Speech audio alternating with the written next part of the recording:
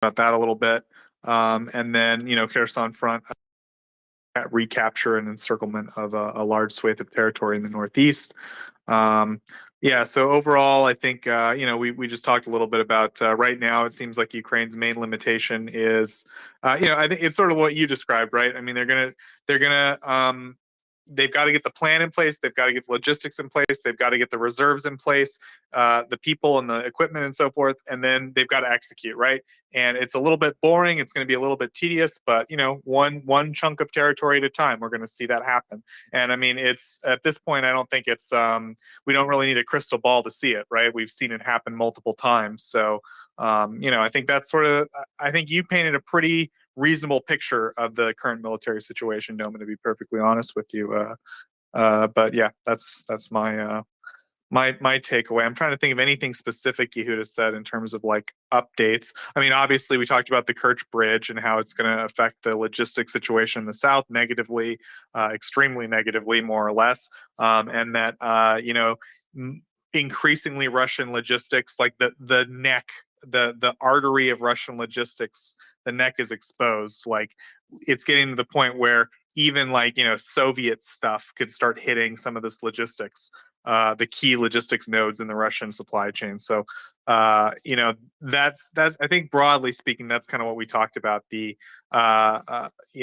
strategic depth that Ukraine has in their ability to hit Russian logistics, and the continuing failures at Bakhmut to do anything meaningful there. They've taken a few villages at basically insane cost. So yeah, I think that's it. Back to you, Doman. Got it. Thank you, Joseph. Also, I have some questions. Who was it that I was talking about when referencing the Finnish media? I was talking about General Pekka Toveri, and I can't believe that all of you, all 6 of you have asked me, have missed his interviews. He was with us twice, once in August, once in late September, and I put the link to one of his interviews, the one from late September, up in the nest. It's still very current.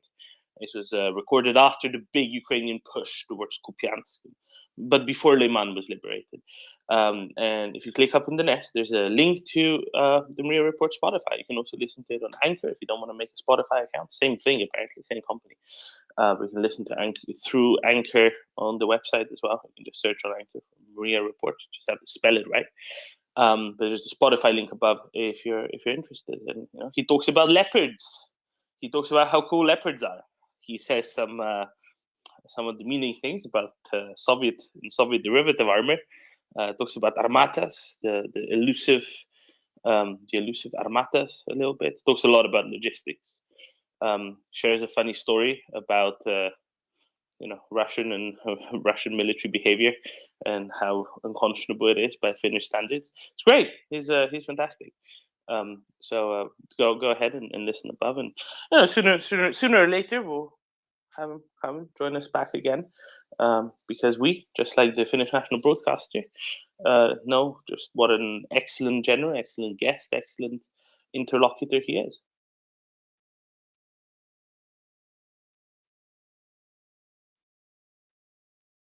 Yeah, I mean, if you're I feel like what was the part of that your statement that was directed at me was I wasn't there. I'm sorry, Doman. I worked the night shift. I was usually asleep by the time you get to interviews. Joseph, I couldn't be there for that interview either. But you know what I did? What'd you do, Doman? I listened to it on the MriyaReport Spotify channel. There you go. Easy. There you go. Well, yeah, you already plugged the Spotify, because you said I listened to it on the Spotify and I noticed you weren't there. Mm-hmm. So yeah, exactly. It's currently the funny thing is that the 3 most listened to episodes of the MriyaReport Spotify are General McRyan, General Ben Hodges, General Pekka Toveri, and then we have Thomas Steiner, who was with us a couple of days ago. He's already number 4, and then General Pekka Toveri again. So you can see who's popular to the on the military chaps explaining military strategy in great detail. That's good to know. Wow. Yeah, we're. I think CJ needs to talk to Thomas Steiner again, get him back. He's blowing up, real popular. I mean, for good reason. He's an excellent, excellent speaker. I was listening to him. It was kind of choppy Wi-Fi. Couldn't hear half the things, but I guess I'll have to go listen to it at some point as well to kind of He was happy. catch all the bits. He was great. He's fantastic. Love him. Yeah, he said he'd be Absolutely. interested in coming back, so we're excited. We're hoping he will. I think he will soon. You know, when we show him how popular he is, I bet he'll be back soon. Erland, morning. Good morning, and thank you for a good soft welcome or soft morning talk. Was nice listening to you guys. About Pekka Toveri and all the Finnish generals, as they are gonna join the NATO soon, I was just thinking, shouldn't we make a petition for the next NATO Europe forces chief to be a Finnish panzer maneuver general? I just think that alas, they are he is probably retired. I know he's retired, but I just think that they are the ones that know best how to defend and react to the Russians. Because that's really the point of NATO, right? That's the point. The point of NATO is to defend Europe from Russia.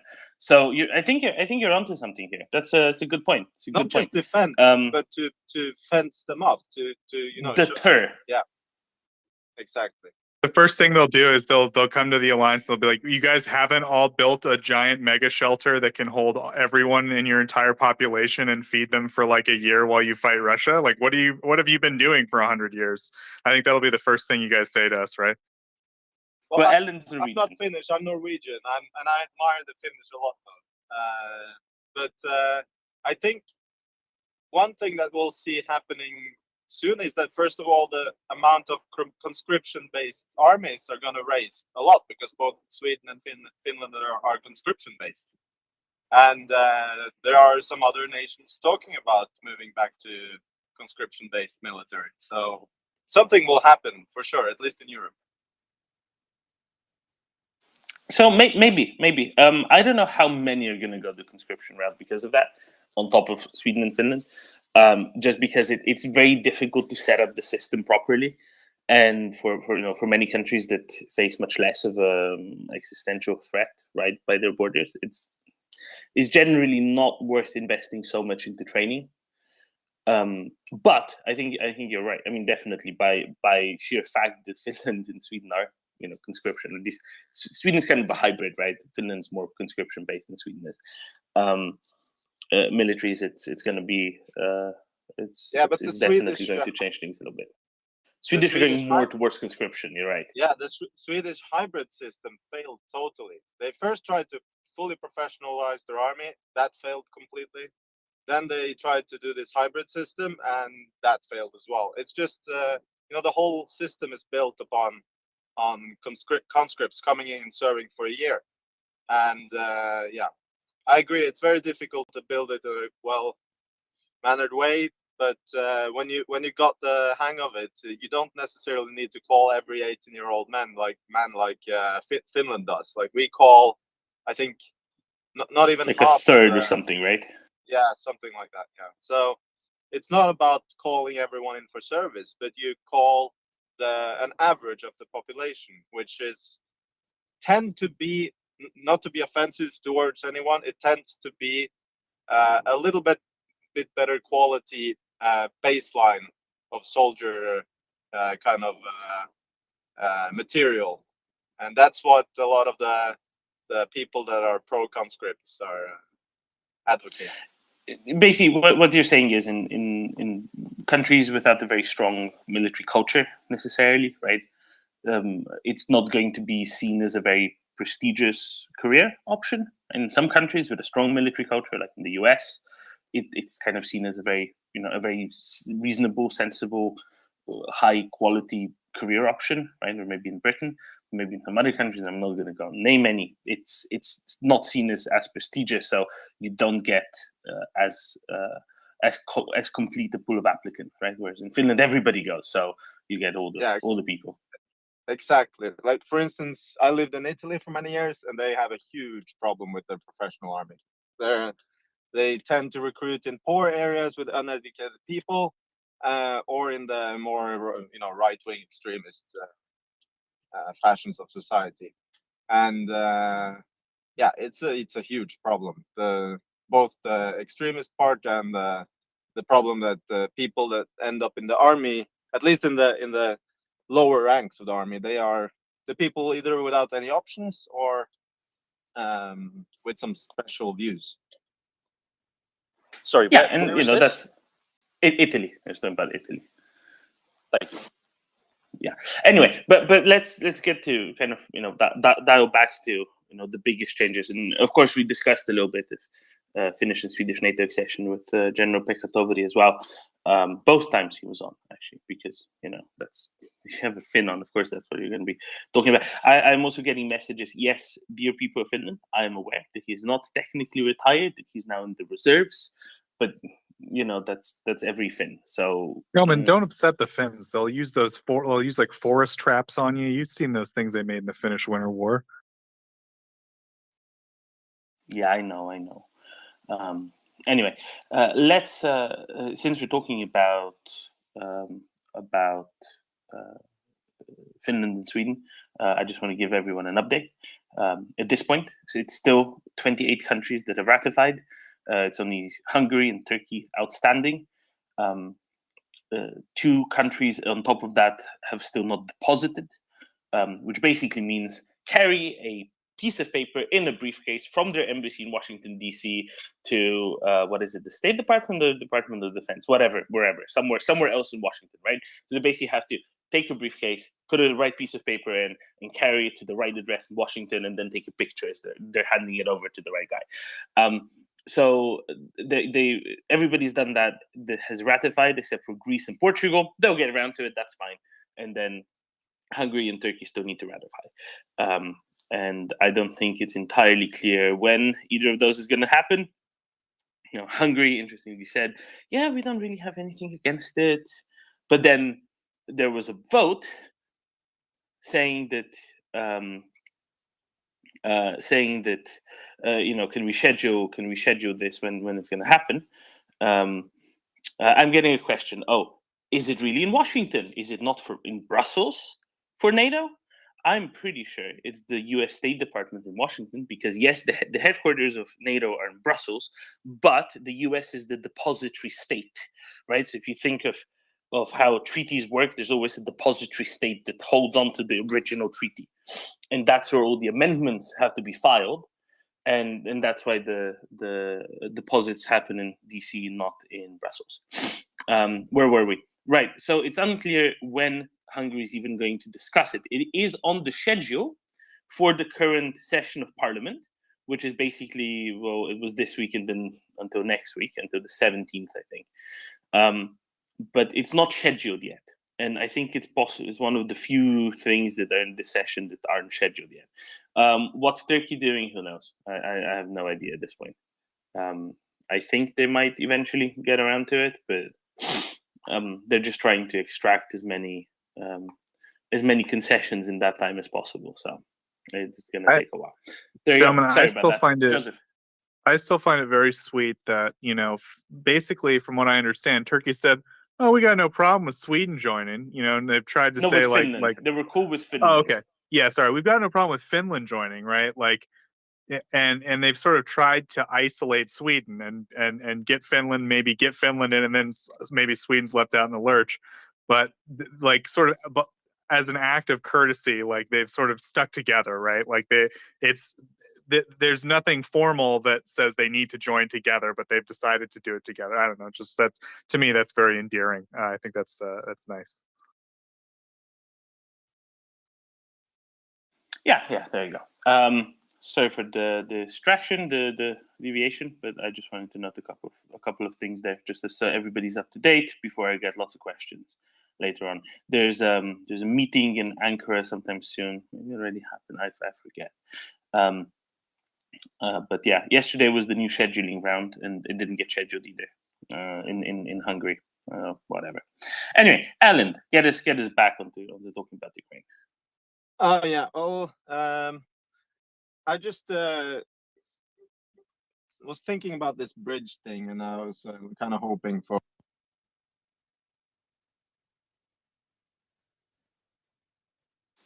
Alan, did you get a phone call? In the meantime, Oh, sorry. a very I don't know why. kind. I didn't do it, I swear. Oh. I just want to quickly say, Adrian, if you're listening, apparently electricity has been restored in 3,571 settlements, while 301 have not been, reconnected yet. And Kiev will be facing episodic blackouts. Thank you, Sławoj, for sending me that. That's very kind of you. There you go. Sorry, Alan, please continue. Real quick, Dom. Sorry. Did you see Alexander Kamishin's tweet in the recent attacks? No, was it we shall persevere, something along those lines? No. He has an Army. app. No, he has an app and he works at every day. It's like an app that helps him keep track. And he said, like, since the invasion, I've never missed a day, but I had to miss yesterday because of the attack. So I don't know, just like, we've had him on the program a couple of times. For people who don't know, Alexander Kamishin basically runs the Ukrainian railway network. Domin always has to correct me. Ukrzaliznytsia, thank you. It employs tons of people in Ukraine. Obviously, it's sort of the lifeblood of the Ukrainian logistics network right now. And he's a man of order. He's a man that the trains run on time. When there's an attack in Kharkiv, there might be a 30-minute delay if there's a major attack on Kharkiv, right? This guy is an absolute beast when it comes to keeping the trains running. And I don't know, just it's very in character for him, right? He has a workout routine. He never misses it. He's done it every day since the invasion, and the only thing that has ever stopped him was the most massive, attack on Ukrainian airspace, or air assault since the first day of the invasion. So, I don't know, just speaks to his character a little bit. Back to you, Dylan. I would add to that yesterday he was tweeting a lot about sandwiches for his guys. So just a marvelous insouciance he has about all this. Yeah, I mean, we're under massive missile strike, but let's not forget the sandwiches, boys. It was amazing. Yeah, he's a man who understands details matter, right? Like that's you have to keep the details in order and everything in order, and that will carry everyone forward, or something. Domin, you understand it better. You talk to him. Go ahead. Got it. No, you're right. Absolutely. Things have to happen. They have to happen on time, because otherwise the rubber shall just turn off. That's no good. Tim, Joseph, do you both want to drop and then get Tim up to co-host and Joseph to speak? Yeah, and absolutely. I can talk to Alan in the meantime. But Tim, if you drop first, then you don't have the phantom. Thanks for your patience, Owen. Alan, sorry about that. Yeah, sorry, mic check. You're good. Okay. So I woke up this morning and I was kind of hoping for another Atacms to smoke its way down to the bridge, but it didn't happen. And then I was looking a little bit around, was Googling the bridge, and I understand that they're gonna wait. They're gonna wait until they see the first truckload of trainload of fuel going over there, and then I'm pretty sure that railway bridge is gonna get smoked. It's been just so fun to watch the TASS state that it's fully restored traffic on the one roadway, and then you see the videos of the actual passengers passing by at 10 kilometers an hour, 10 cars at the time. And then people stating that it's half capacity. Of course, it's not, because you have to go first one way with the 10 cars, and it's 16 kilometers, and then another way, the other way with 10 cars. It's 16 kilometers. That takes time. The capacity is almost back to nothing. It's like a ferry, even worse. So, this whole attack on the bridge it's a huge success. The trains are not running, apparently. And the video that we saw must have been fake, because there was a massive fuel train burnt out on their tracks the morning after. Even if they showed pictures with it gone, it was fake. And but they can't hide. They just lie. And lie. So massive creds to the Ukrainians who carried out the attack, and I hope that we will see something else go boom soon that the Russians love. Oh, sure hope so. It's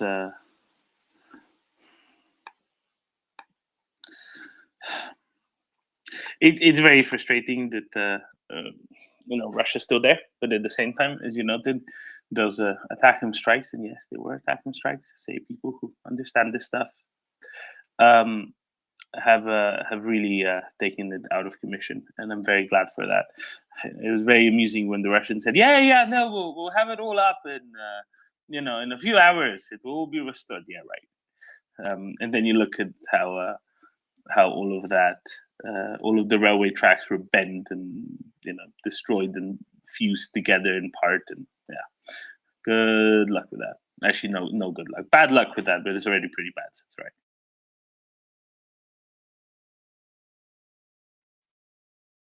Joseph.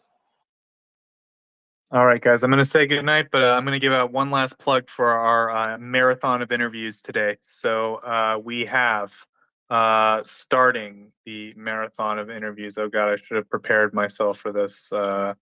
Goodness gracious. Okay. Wow. Lots of chats here. So in 3 hours, we have Colonel Jeff Fisher. He's probably going to talk about electronic warfare and some stuff involving military diplomacy, I guess we'd call it, broadly speaking. Go ahead. Let's flesh it out a bit, right? Colonel Jeff served in the U.S. Air Force. He flew around in EW planes most of the time, right? So he's an electronic warfare Air Force specialist. And then he was the defense attaché to, I think, a couple of different U.S. embassies around mostly Southeastern Europe. So he understands, warfare at very many different levels, and we're very glad to have him back. He's a great guy to talk to. Absolute fountain of knowledge, especially when it comes to all things that fly and all things to do with the electromagnetic spectrum, as well as people, geopolitical, international relations interactions. It's really fantastic.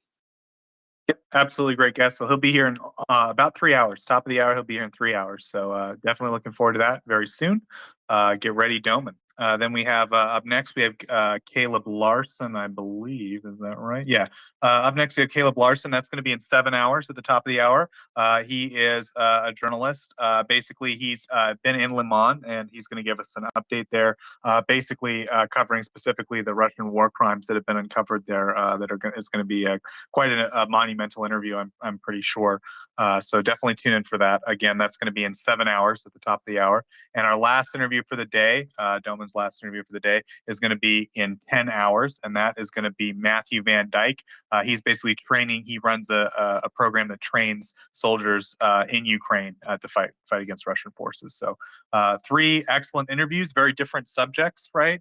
We start off very technical military stuff, and then we move into some coverage of the recent Russian war crimes and the liberation of Ukrainian territory, and then we move into training of Ukrainian forces. So very interesting subjects. Doman, I'm sure, as always, you've got your work cut out for you, and I'm sure everyone will look forward to the interviews. So I'm going to call that the end of my shift here. So thanks, everyone. Good morning, Europe, and Slava Ukraini. Slava. Thank you very much, Joseph. And it's just going to be Tim and I powering onward. I'm being reminded that it's not just going to be the rails that have to be replaced across the Kerch Bridge, but also all the gravel under the tracks on that section. And the bridge structure will need to be evaluated, etc., etc. So lots of stuff that will have to be changed. But hey, who cares? Let them take a long time, try to fix it up, and then get hit again. I think that's probably for the best for everyone.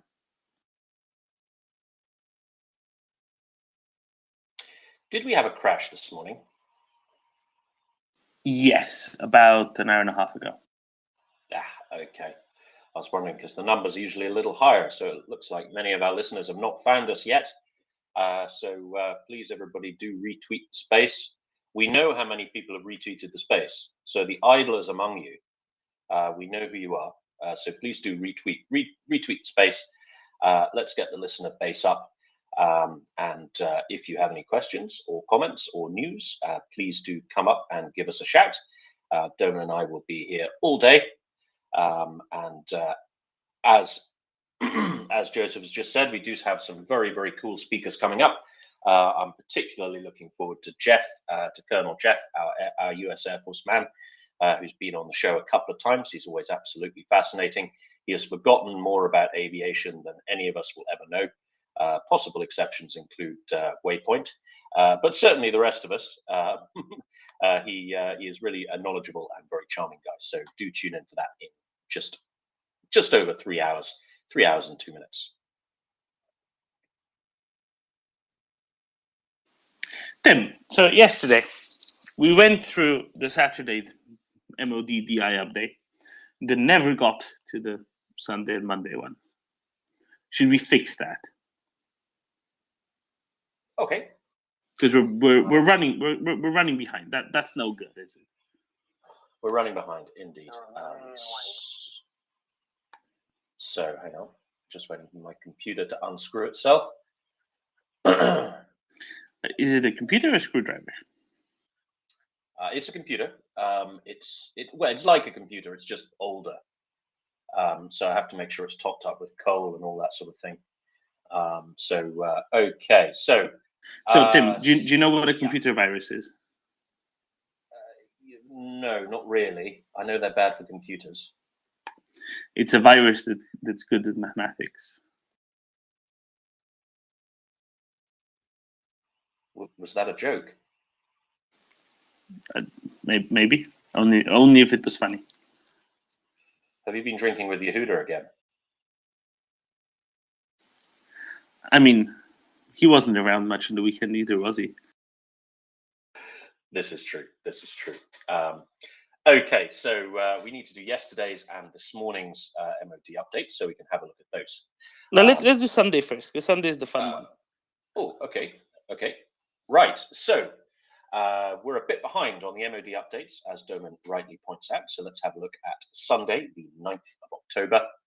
The UK MOD Defence Intelligence Department reports that early on the 8th of October, an explosion damaged the Kerch Strait Bridge. Kerch Bridge on fire, no, as the song goes. The road and rail crossing, which links the Russian-occupied Crimea and the Krasnodar region of Russia. Now, segue into the nature of this bridge. This bridge was built fairly early on in the occupation of Crimea, wasn't it? It took a few years. I think 2018 it might have been opened. All right. Yeah. Okay. Yeah, I remember seeing. Yes. And of course, Russia are not capable of building a bridge of that scale and quality, so they had to get some Dutch companies in to build it for them. In breach of sanctions, I've mentioned Holland, so I assume Mr. M is going to come up and talk about that. Yeah, there were a number of Dutch engineering firms who assisted them in building the bridge, and a couple of them are currently under, shall we say, under the scrutiny of our friends in the Dutch government for their sanctions busting in assisting in building this illegal piece of infrastructure. But I see Mr. M is coming up and he may have some more color on this. Mr. M, I know you've sent me a couple of words on this, but my Dutch is a little rusty. So perhaps you could give us some more detail about the politics around the Kerch Bridge vis-a-vis Holland. Yes, so they were helping building the bridge. There were 7 companies from the Dutch, and it was a bit it wasn't a nice thing to do. It was after the MH17 that the airplane was shot down with 200 and I don't know the right amount, but there were many people were killed, and after that they still helped the Russians to build that bridge. Most of all, they delivered the piles, the hammers, the hydraulic jacks, and there has been an investigation into these companies. They all are also convicted, but there is not much done with it until now. There is a new investigation going on, I think. about how all those things went. Sorry, I'm not quite awake yet. I need my coffee, so I will get my coffee. Fantastic. Thank you very much, Mr. M, for the color. So returning to the illegally built with Dutch assistance bridge, 2 of the 4 carriageways of the roadway have collapsed in several places over a span of approximately 250 meters. It is almost certain that some vehicle transits via the other 2 carriageways have been resumed, but capacity will be seriously degraded. The extent of the damage to the rail crossing is uncertain, but any serious disruption to its capacity will likely have a significant impact on Russia's already strained ability to sustain its forces in southern Ukraine. The rail crossing was only opened to freight in June 2020. Right, there we go. But the line has played a key role in moving heavy military vehicles to the southern front during the invasion. Now, what do we know about Russian logistics and railways, Doman? So I heard Russian and then not the next word. So Russian logistics and railways. well, they have a whole railway, military railway unit of some sort. I forget what size it is. That's supposed to fix up all of the railways for them because their logistics are very railway dependent, which is what happens when you don't have very precise artillery and just need all the shells, right? All the shells. So they don't have enough trucks to move all the shells around. They need to put it in trains whenever railways get blown up, which apparently happens quite a bit nowadays. They have people to fix them, but it still takes a while to fix it up, especially on a bridge like this. When you're building a railway on somewhere more typical, I guess, like a big field, it's a little bit easier to fix it. But when you're doing it on a bridge, it's a little bit more involved, say civil engineers. Absolutely, yes. Russia is one of only 3 countries in the world to operate specialized railway troops. The other 2 I know are Brazil Italy is one. and Italy. And Right. What's interesting about Italian railway troops and their symbology, Doman? Do they have wings on the wheel? No. They have a Ukrainian trident on their coat of arms. Oh, very good. And this was a battle honor that was awarded to them as part of the Italian Expeditionary Corps in Russia during the Second World War. So, as part of Italy participated in Operation Barbarossa, and they apparently did rather well, this Italian railway unit, and they adopted the Ukrainian trident as part of their coat of arms. So they have a 4-quartered coat of arms. One is a slightly Soviet-looking sheaf of wheat with a star on it. One of them is a lion. The other quarter is a goat, and the other one is the pillars of Gedimandas looking thing. What's it called? The Ukrainian trident? It's not the pillars of Gedimandas, that's Lithuanian, but what's it called? Oh, Trizub, just literally means trident. That's the one. So yes, interestingly, the Italian railway engineers, they have a little Ukrainian symbol on their coat of arms. So there we go, fun fact. So yes, Russian railway troops are approximately 30,000 strong on paper. And they specialize in repairing railways, but as you say, this is probably a little above their pay grade because it is a massive and very complicated bridge that Russia was not capable of building by itself. Let's note that this severely constrains Russian logistic capacity to occupy southern Ukraine, not just Crimea, but also Kherson and Zaporizhia oblasts. There's one railway, which isn't very big, that runs entirely through occupied territory, from occupied Donetsk Oblast into occupied Zaporizhia Oblast and occupied Kherson Oblast. But that railway is rather close to the front line, plenty close enough to be hit by HIMARS. And that's hardly a very, sensible, safe way for them to transport things. They do have a road, but they don't have enough trucks. So one would expect that the resupplies over the next week or so to the front in Kherson and Zaporizhia are going to be dwindling even further, which is a good thing. Indeed, it's a good thing.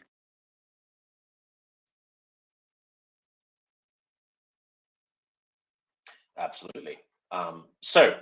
Continuing with the report, the extent of the damage to the rail crossing is uncertain. Oh, sorry, I've already read that bit, haven't I? Now, finally, this incident will likely touch President Putin closely. It comes hours after his 70th birthday. 70th birthday, wow, he's really old in Russian years. That's like 100 in Russian years. He personally sponsored and opened the bridge, and its construction contractor was his childhood friend Arkady Rottenberg. In recent months, Putin's former bodyguard, now commander of the Russian National Guard, Viktor Zolotov, has provided public assurances about the security of the bridge. Now, I remember a graphic going around a few months ago on Twitter, which was boasting about the multiple layers of systems that were protecting this bridge, including specially trained dolphins. Did you see that one, Dermot? Yeah, and that's how you know it wasn't a mini submarine with concrete magnets, because the dolphins would have chased that right away. Absolutely. Which is, I mean, it was really, this was, I think in many ways that graphic was accurate, right? And this is one of the reasons we've been able to discount a number of different theories about how this bridge was struck, right? Because if you're not a missile or, a shark with laser beams on its head, you're not getting anywhere near that bridge, right? It's probably the best guarded piece of infrastructure in the world. You think kind of Fort Knox, then this bridge. It was very, very well protected, and the Ukrainians destroyed it nevertheless. Okay, so moving on to yesterday's MOD report. Ukrainian offensive. This is the 10th of October. Ukrainian offensive operations continue to place pressure on Russian forces in both the northeast and in Kherson Oblast in the south. However, Russia continues to give high priority to its own offensive operations in the Donbas sector, especially near the town of Bakhmut. Now, we know that they've been making some really quite poorly executed and undermanned assaults on Bakhmut in the last few weeks, mostly using, I understand, fairly low-quality Wagnerite troops. Am I correct, Dermot? That's kind of a Wagner AO, right? Yes, yeah. It's everywhere else, Russia's losing ground. And here, many thousands of Wagner troops are bashing against the brick wall with great success. Now, it was speculated in the last couple of days that this may be a political thing, right? It's Prigozhin expending all of the recently recruited murderers and rapists and thieves that Wagner just hired straight out of prison.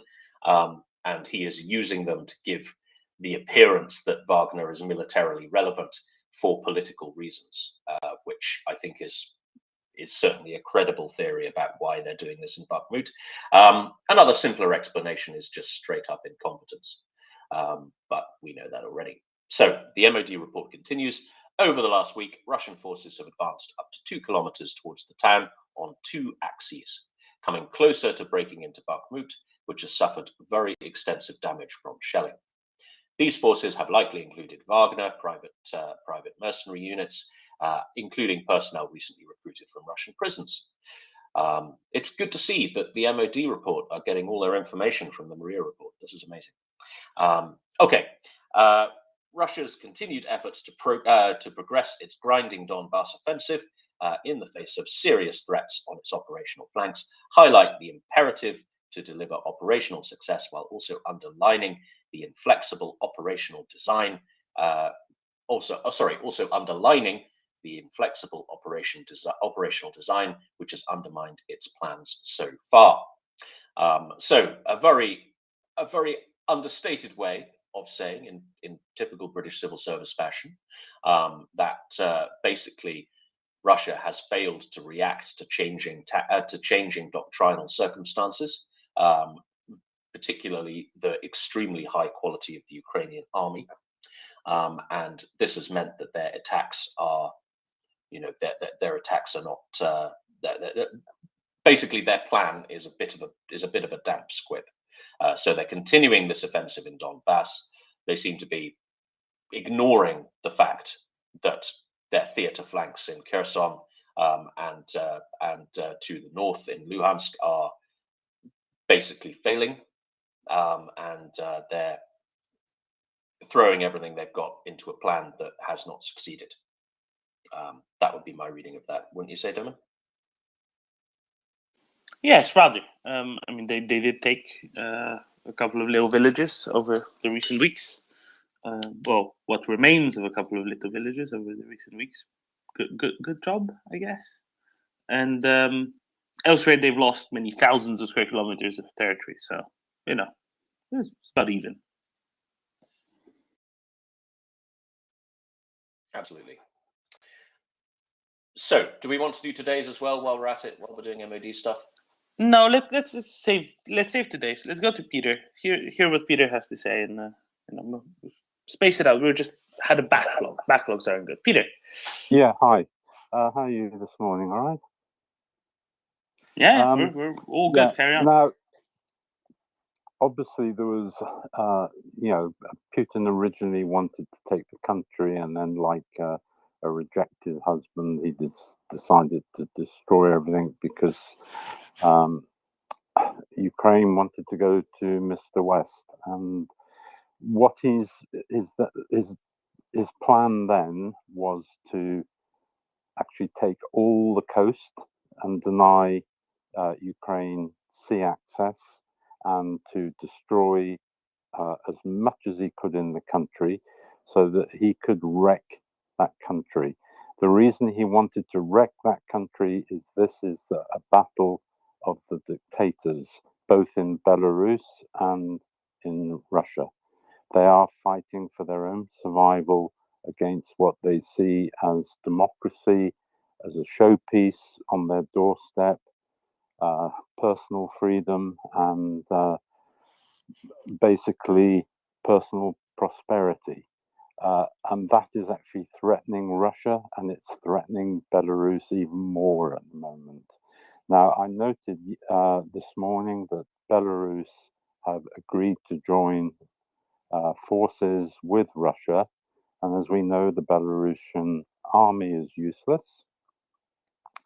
But I see this more as a diversion to try and draw the Ukrainian military focus away from the south and the east. Putin what his plan was to have a land strip down to Crimea, and then to take Odessa, to move down the coast, go right round to Moldova, and basically encircle Ukraine and put it in a prison, with Belarus to the north, Russia to the east, and then a prison all the way around, denying sea access. Now, there's 2 points here. He doesn't care whether he has a 5-mile strip or a 50-mile strip or a 500-mile strip, as long as he controls the coast. But he doesn't. He doesn't know, and this is the problem. He is now trying to buy time with focusing an attack from the Belarusian side towards Kiev, and I think he's trying to draw Ukrainian forces to protect that, so that he can buy time to reinforce. But at the moment, Ukraine haven't broken through to the coast. And this brings up the other point, which is Ukraine at some point is going to have to deal with the Russian Navy, because the Russian Navy control the Black Sea. And this, for Putin, this is all about control. Okay. Hello. Yeah, Russian Navy control the Black Sea, and this for Putin. Yeah. So at some point, Ukraine are going to have to deal with two aspects. It's one, securing their seaports, and two, removing Putin's hold over the Black Sea.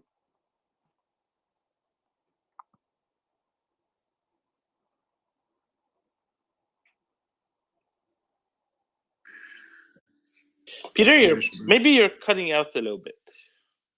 Yeah, it does seem to be cutting out at my end at the moment. Hello. Yeah, no, we hear you now, but it's Shall we talk a little bit about the thesis that you put forward? About the what? Sorry. The various theses that you advanced. Yeah. Okay. Go. Yeah. So, at least in part, you're definitely right. Ukraine will have to at some point break down through, Zaporizhia Oblast down to Berdyansk and Mariupol. Undoubtedly, at some point that's going to be a must, right? Because at some point they need to take back all of their country, and there's still outstanding bits that Russia occupies. I mean, that's pretty clear to everyone.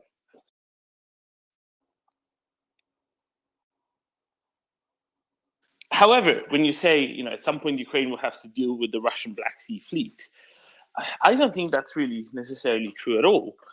The Russian Black Sea Fleet, ever since the Moskva went down, which was their, ship-based air defense, and then Snake Island was, what was it? Was it a gesture of goodwill by the Russians to leave Snake Island? Ever since both of those happened, the Russian Black Sea Fleet did what? They launched some Caliber cruise missiles at Ukrainian civilians. And what else? Nothing really, right? So Yeah. I think because of that, I think the Russian Black Sea Fleet is a little bit overstated. At some point, when Russia loses Crimea, they'll just decamp off the Novorossiysk. Maybe in the process, they'll lose some more vessels. Other than that, they can't really do an awful lot. I mean, they haven't done anything in months other than launch standoff weapons that they'll eventually run out of at Ukrainian civilians. I mean, Tim, what else has the Russian Black Sea Fleet done? Where were the launch? I thought where were the launch points for this latest attack, missile attacks? I thought somewhere across lots of places. Moldova into West Ukraine. Yes, so there were some ship-borne launches, possibly boat-borne. I'm not entirely sure whether it was surface craft or submarines, or maybe both, maybe a mix of both. That were launching from various bits of the Black Sea, and 3 of those missiles actually flew across Moldovan territory to somewhere in western Ukraine. So that's true. That's right. Beyond that, there were plenty of other launches from above the Caspian Sea. I'm unsure if it was Russian strategic bombers launching from above the Caspian Sea. You see, this is a thing they do. They fly their big strategic bombers out of Saratov, and they fly them south over the Caspian and launch cruise missiles against Ukraine from there, because they know they have quite a high failure rate. And then if a cruise missile, fails to start the engine and falls into the Caspian Sea, that's less bad for the Russian military than if it falls onto, the head of some Russian in Krasnodar or Rostov or Belgorod or anywhere else. So that's why they kind of do it. So that was possibly a mix of the Caspian Sea flotilla and some strategic bombers, and then there were other strategic bombers launching from, I think, Belarus. There must have been some. There were definitely some of those loitering munitions launched from Belarus. So there's a lot of different types of launch points yesterday. The point is, the Russian Black Sea Fleet, beyond these Caliber cruise missiles, hasn't really been doing anything, because if they get close enough to the coast that Ukraine controls, They get shot. Yeah. They get shot by Harpoons or Neptunes or whatever else. So they can't really do anything. So yes, they're there, but what they are mostly very expensive targets if they come close enough. And if they don't, they're not really even there, except for the Caliber cruise missiles that I think the Krivaks and the kilos carry. Yeah. Okay. What's your feelings on the Belarus position on the putting a very weak army together there? Do you think it's what I think, which is like a distraction or an attempted distraction?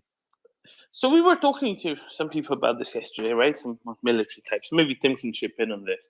But basically, the Belarusian military has been considered pretty much the worst military in Europe for the last 20 years. And when we had some generals who used to command the US Army Europe here, I'm not sure whether it was General Hodges or General Hertling that said that. But one of them basically said it in every annual assessment of threat in Europe and military quality of different countries in Europe, Belarus was always bottom 3, which says something, right? So they don't have a very big army either. Lukashenko didn't really want to have a big army because he runs a security state, right? He has a strong KGB and a weak army because this way the army can't do a coup against him, if that makes sense, right? The army can't go with the people and coup against him. And because of that, the Belarusian army is extra weak. So there's a question: what's going to happen? Is what is going to happen going to be a combined Russian-Belarusian assault from the north, or are the Russians making Lukashenko send a bunch of Belarusians to fill the positions in the east of Ukraine next to Russians, because Russia kind of is short on people, and short on people with some semblance of training, right? The difference between the Belarusian military, which is a bad army, and the new Russian conscripts who get 1 week of training is that at least the Belarusian army has some semblance of training. And they might be less complete cannon fodder in the east of Ukraine than the new Russian conscripts. To me, it is as yet unclear which of the two routes they're going to go down. But I do suspect, like you said, that it's going to be a kind of like a big demonstration maneuver that ends up in many thousands of Belarusian and Russian casualties in the north of Ukraine again. Right? If you saw some Ukrainians yesterday on social media, basically said, yeah, bring it on. Yeah, 7,000 troops coming from the north. Very few are going to go back, was their general sentiment. Now, it might require some Ukrainian forces to go a different direction for a while. But also remember, not all of Ukrainian forces are deployed, right? So it won't actually necessarily distract from the ones or take away from the forces deployed in the south and the east, because they do have lots of other people who are either on, R&R or training or wherever else in central and western Ukraine, and that's more likely who they would send as kind of an overwhelming force to deal with a smaller force coming from the north. One would suspect. Adrian, you've been tracking this pretty closely. You have a flat in Kiev. You've been tracking pretty closely. Belarusians are going to try and come to take Kiev. What do you reckon? Well, I wanted to comment on one thing. When we have seen the Russian military culture, oh boy, I even hate to say the word culture for that one. Generally, what's not Russian is treated as cannon fodder. What's not white, pure Russian, or whatever the hell their perception of that is sent into the worst of the fighting, is put in the worst of positions, gets the worst, is the last in line for supplies, food, ammunition, everything else, gear. I mean, this is how they treated. They're not even because let's just say it outright, Russia is an outright racist society. They're one of the most racist societies in the world, and you can and by that, we saw the Buryats and the people from Central Asia being treated absolutely horribly by the Russian slave masters. Maybe slave masters is too much, by the Russian overlords. And maybe that's also a consequence why many of them acted so brutally in Ukraine, because they had someone to lash out on. But that's another discussion. But the DPR and LNR, they're wink wink Russian speakers. They look like them, and still they were treated horribly. So I'm just imagining Belarusian soldiers who are already kind of reluctant to get into a fight, who for 30 years have been exposed to a culture that they're not great, they're just defending their country from the evil West, but they don't have these dreams of the great Belarusia, the great land or whatever. So their culture is not as imperialistic as Russia. And then you put these soldiers who are already reluctant to fight in Ukraine to fight together with Russians, who will treat them again as colonial troops, essentially, sending them in Can the I war. just ask you one? Can I ask you one thing? Please. Do you consider that the Achilles heel for Russia is actually Belarus collapsing as a dictatorship? And this is what Putin is really worried about. He is worried about Ukraine going to a democratic system, personal freedom, prosperity, and that is the cancer that he sees eating into his control over Russian people, and that Belarus is much more unstable as collapsing as an authoritarian society. Well, I don't know how Putin sees things, but I mean, just looking at it from the outside, it would be a massive blow to Russian foreign policy, Russian interest, Russian everything if Belarus ever turned democratic. And I think they will do absolutely everything in their power, including invade the country with, I mean, Russian troops are already there, but like literally taking control with their own administration and their own military over the country to prevent them from having a free and fair election or being democratic. Because I mean, the Belarusian border is like a few hours drive away from Moscow. This is like they would see that as existential, I think. But we shouldn't care about what the Russians think. I think we should help Belarus become democratic and encourage them. We speak about Belarus a lot here. I mean, the Belarusian people are not Russians. They have been subjugated. They're not, after their last protest in 2021, maybe they've fallen quiet because it was very violently repressed. I do think they should rise up, but also they're like in between like a rock and a hard place quite a bit in their position right now. I mean, the Belarusian people.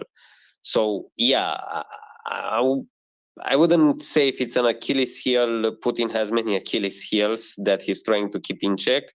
But yeah, I mean, it would heavily undermine Russia for Belarus to be more free, more in a direction similar to Ukraine.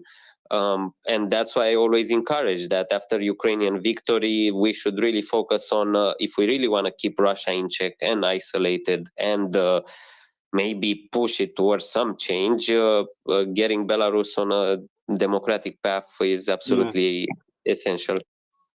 Yeah, I'm the pilot, and I've you know, since 2014, I was flying to Ukraine every 2 weeks on corporate jets, and we used to go to the east side first until the jet was shot down, M17, I think it was, and then they closed the airspace off, and we were then going to Kiev all the time. I've flown to both airports, Borispol and Juliana. The approach into Juliana is out of this world. You come down over the city, and it's the most amazing city to see coming into land there. And I have many friends in Ukraine and colleagues in aviation through Ukraine. So it's something that's very close to my heart. Yeah.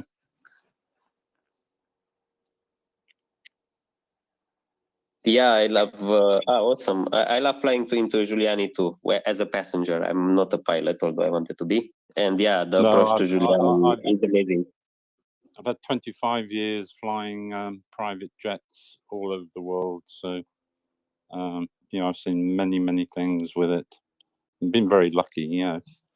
But yeah, Ukraine is. I think they're wonderful people, and what's happening there is absolutely terrible. You know, it's almost unbelievable. You know, and I think the amount of times I flew there, and you could see this country growing, and people starting to be very, very different. You know, but I did notice a big difference when we flew to the east. On the east, they were very different people to the, you know, center west. Are you from? Sort of You're thing. from Britain, Peter, right? That's right. Yeah. Yeah. I mean, I think Well, you can observe I'm that actually in. half Italian. Oh, I'm very good. half British, half Italian. Well, there you go. Like in both Britain and Italy, you can see very big, big. Let's call it almost cultural differences, right, between different parts. And Yeah, definitely. in a country that's even much bigger, still, it'd be almost weird if you would get a homogeneity and attitudinal homogeneity to such a degree. One little thing I wanted to say about Belarus, it's something that Adrian touched upon that I think is really important for the understanding here, is that unlike Russia, that has this very imperialist mindset that is very reflected in their media as well. You know, Belarus doesn't. Belarus has this very pacifist mindset. If you look at their media since the 90s, what did they show? They showed, you know, look at all these problems in the West. Look at all these protests. Look at all these, you know, whenever you know there were the looting in London in I think 2010, 2011, or any of the ones in Paris, right? That would be all over Belarusian media showing, look at the West, look at what a mess it is. You don't have anything like this at home.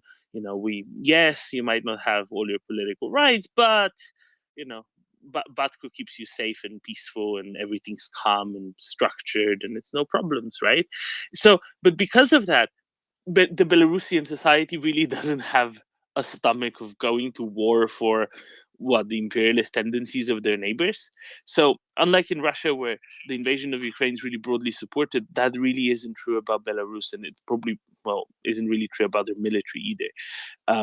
Right? They just want to kind of have everyone leave them alone, and that's it. So that's the big cultural difference, I think, that's important to realize between Russia and Belarus, and something that Adrian kind of touched upon but didn't really get to expand I mean, fully. that's why I thought that might be their Russia's Achilles heel, that it's going to be very, very difficult, especially if this war goes wrong, to actually contain Belarus in an authoritarian dictatorship. Yeah, no, I think you're probably right about that. Adrian, shoot, and then you know, we can maybe go back to the south of Ukraine a little bit. Adrian. Yeah, again, I'm not gonna shoot, and I would love to go back to the south of Ukraine, so I'll be brief. Also, it's worth taking into account that many Russian dead passed through Belarusian hospitals. You know, Belarus has a pretty, at least in my view, pretty close-knit family culture. Gossip flies around. People talk a lot. In between them, this kitchen table culture is very important, and sometimes it's very critical of the government. So I'm sure that Belarusians are pretty much aware that a lot of Russian dead and a lot of Russian wounded passed through Belarus hospitals. They also see how the Russians behave, because the Russians are colonialists. They're in their country. They see them acting like assholes. So I mean, Lukashenko can try, but it's suicide. I don't know if someone on the space said it or I read it somewhere, but it's a perfect encapsulation. Essentially, Lukashenko's days are numbered. The question is, will he be, he has to choose, will he be annihilated by Putin because he pushes him into the war? Or will he be annihilated by Ukraine and its allies because he will be defeated, and then the people will have a chance to rise up? I think Axel said that. So yeah, please go to the south now. No, that's Okay. right. Thank you, Adrian. Peter, All right, is so it I'll all right call if off. we... Yeah, I'll call off and let somebody else have a go. Okay. Yeah, just if you want to jump back in, just put up your hand and we'll be Yeah, happy to have fine. you. All right, nice to talk to you. Bye. Likewise, Peter. Hashtag keep calm. Hi guys, Frank from Germany here. Just wanted to add, I'm married to a Ukrainian woman from Odessa. Just two small things before we go back to the south. Odessa has a international airport.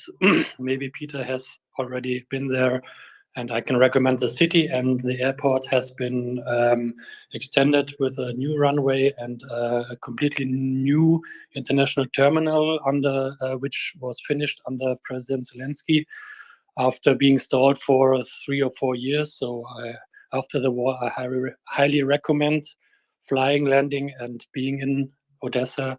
And my wife fluently speaks Russian and Ukrainian, and we talked to a lot of refugees from Donbass, from Luhansk and Donetsk, and I can say, although the mentality is sometimes quite different, they all want to live in a free Ukrainian nation, and that's the overall denominator.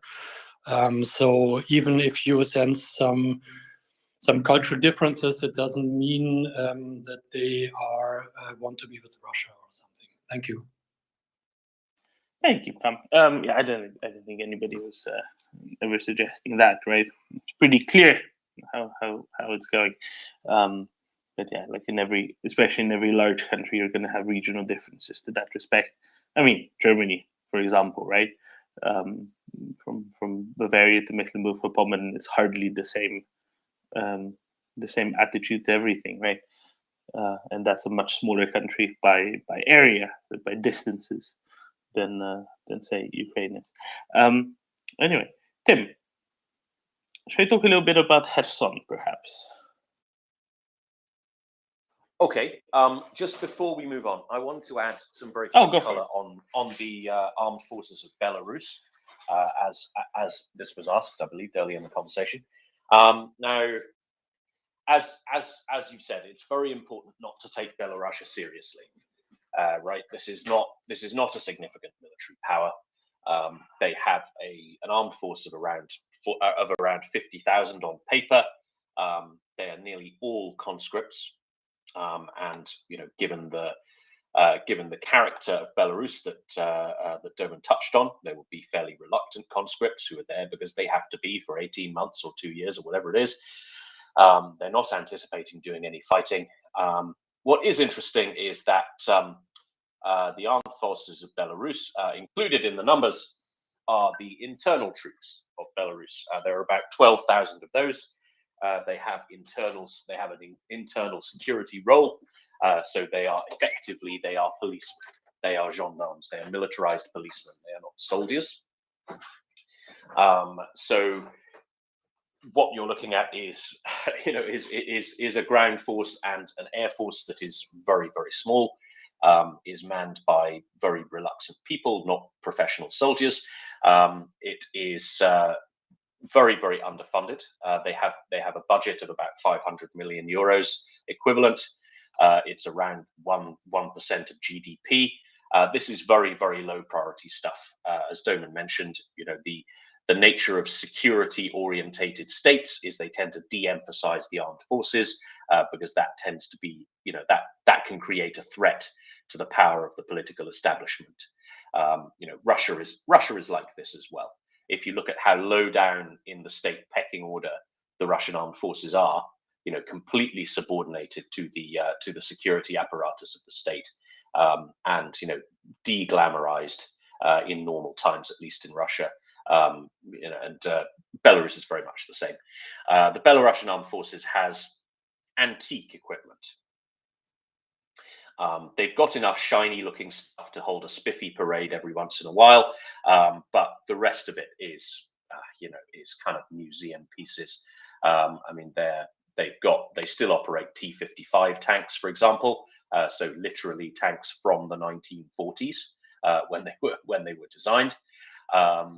They have some T-72s, but predominantly T-62s. Well, they have a lot fewer T-72s now because they sent a bunch to Russia on a train to Donbass. Yeah. Their air force is highly antiquated. They are still, for example, their workforce helicopter seems to be the Polish Mi-2 from the 1960s. They've got some MiG-29s and Su-25s. They attempted to buy some Sukhoi Su-30s, but they could only afford 12 of them. Yeah, I mean, there were contracts in 2021 with Moscow to upgrade their equipment and buy newer stuff from Russia, but I would be very surprised if that materialized, and we know that's largely crap anyway. So yeah, it's important to remember Belarus is effectively another little republic of the Russian Empire. It's not militarily relevant. If Lukashenko falls, it'll annoy Putin, but it's not catastrophe for anybody really. It's a place that fundamentally doesn't matter unless you have a very Russian mindset regarding borders, where you can only tolerate enemies and vassals along your borders. So yeah, in military terms, Belarus is a joke. The people don't like fighting. The ordinary people have a very European mindset. You notice a marked difference between Belarusians and Russians when you meet them. The Belarusians do not have this kind of imperial worldview that the Russians have. You think about Russian imperialism. This is respectable dinner party opinions to hold in Russia. The same is not true in Belarus. They simply don't think like that. They're chilled out. They're kind of European. They're fairly Western looking. They're tired of this shit. And the chances of them making absolutely any difference on the Ukrainian battlefield, even if they do join in, are very, very remote. And let's clarify one little thing, right? People say, oh, but what if Belarus does a conscription like Russia? Won't it be easier to organize because the population is more centralized? No, actually, you know what? Very many that would be conscripts are not in Belarus. Very many, especially from the last couple of years, but also from before that, are actually in Lithuania and Poland and Latvia, France and Germany, and all manner of places not called Belarus. It'd be kind of difficult to grab them because they really don't want to deal with this shit anymore. That's the other important component of it. The ones who really want to fight, they're fighting against Russia in Ukraine, for Ukraine, in Kostas Kalinowski Battalion and others. Because they know that they need to beat Russia to be able to get rid of Lukashenko in the first place. So, Waypoint, you had your hand up. Yeah, just very, very briefly. Basically, you can the Belarus. I was looking a little bit at their army when I heard the newest update with them doing this Russian Belarus force, and there's 4 words basically you can say, and it's a Russian trampoline, and that is it. It's more than that is nothing. The army is absolutely ridiculous. It's extremely weak. Even worse trained than the Russians. And as a similar, really, to the North Koreans, in the way of what they've got in the way of their weapons, you can forget it. It's really not even worth talking about. Whether they take mobilized prisoners from Russia or use the Air Force, there's not really much of a difference. That was it.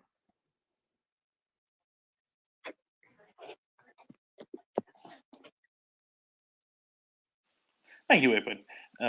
Yeah, and I think I think that they do better than the Russian convicts because they have some semblance of military training and order and structure. But yeah, you're right. Beyond that, it's not an awful lot. Tim, what do you think? Are they going to come in from the north, or are they going to back up the Russian troops in the east of Ukraine? Which do you reckon is more likely at this point? If they ever actually cross the border. Well, there have been reports of Putin's new army arriving in Belarus in very large numbers, right? I seem to remember reading something about that, arriving on lots and lots and lots of trains.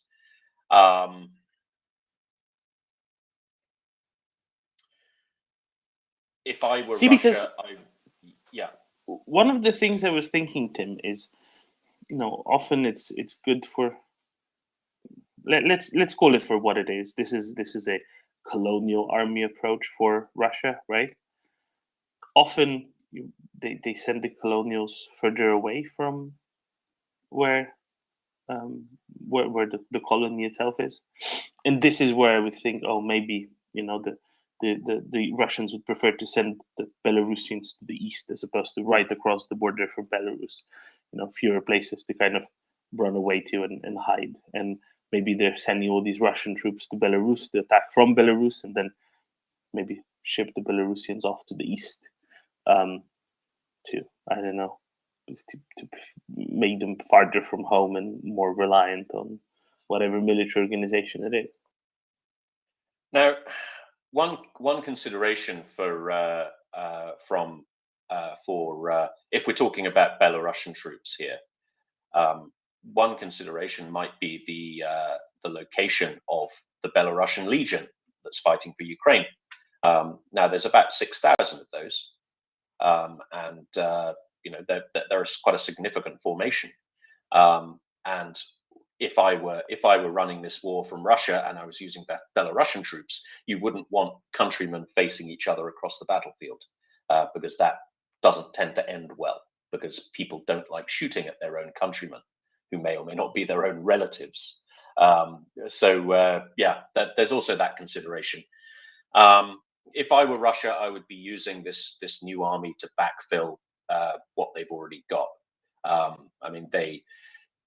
It's going to be far more useful in defending than attacking, because it doesn't have the training or the motivation to mount successful attacks beyond exploiting mass and mass alone. I would be attempting to shore up what they still hold in Donetsk.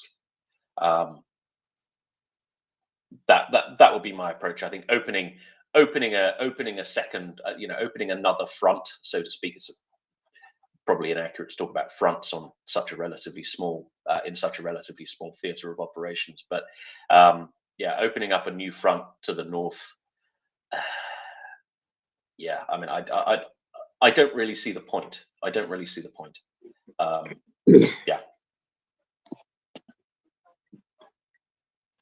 Warfella, you have your hand up. Go ahead. Hi guys, thank you for the podcast. It's very constructive. I don't think that the Belarusians will fight Belarusians, because we have to look at World War One, when Austro-Hungarians did the same mistake that probably the Russians are thinking about it, and that's why we had the Czechoslovak Legion, and we had also the situation Romanians fighting Romanians. Most of the Transylvanians, Romanians who fought against Romanians just changed sides.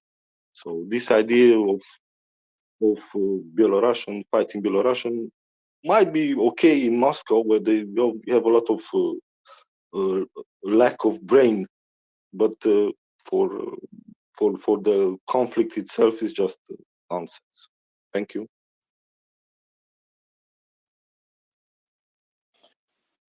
The one reason for Russia to again attempt an assault from the north will be purely political, right? Yet another political directive, go on Kyiv. I think Ukrainians have made it abundantly clear just how that's going to end for Russians if they try that again, right? Last time around, Ukraine had javelins. This time around, Ukraine has javelins and other anti-tank weapons, and they also have all this other stuff. Whatever mobile force that needs to cover the best part of 100 kilometers, it's not going to end well for them. It really isn't.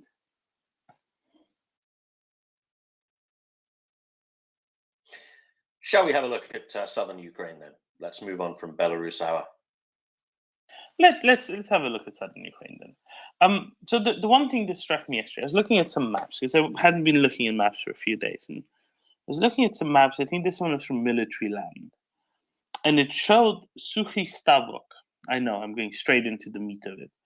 But it showed Sukhý Stavok in Russian hands, and I thought previously was under the impression that Sukhý Stavok was controlled by Ukraine for over a month now. Yes, on the front line, but over a month. So I was very confused about that. So I asked CJ.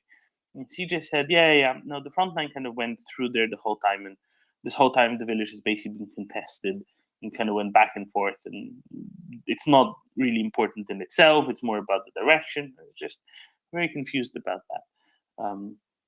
So I was hoping maybe someone else can maybe explain that situation a little bit more in detail. How do you spell it?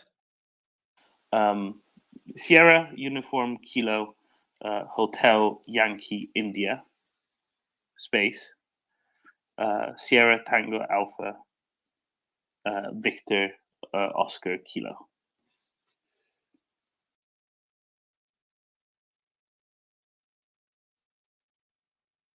It's on the Inchulets. If you go, it's close to like Blachodativka, and it's a little bit upstream from Snichurivka, a little bit downstream from Lozove and Davidov Brid.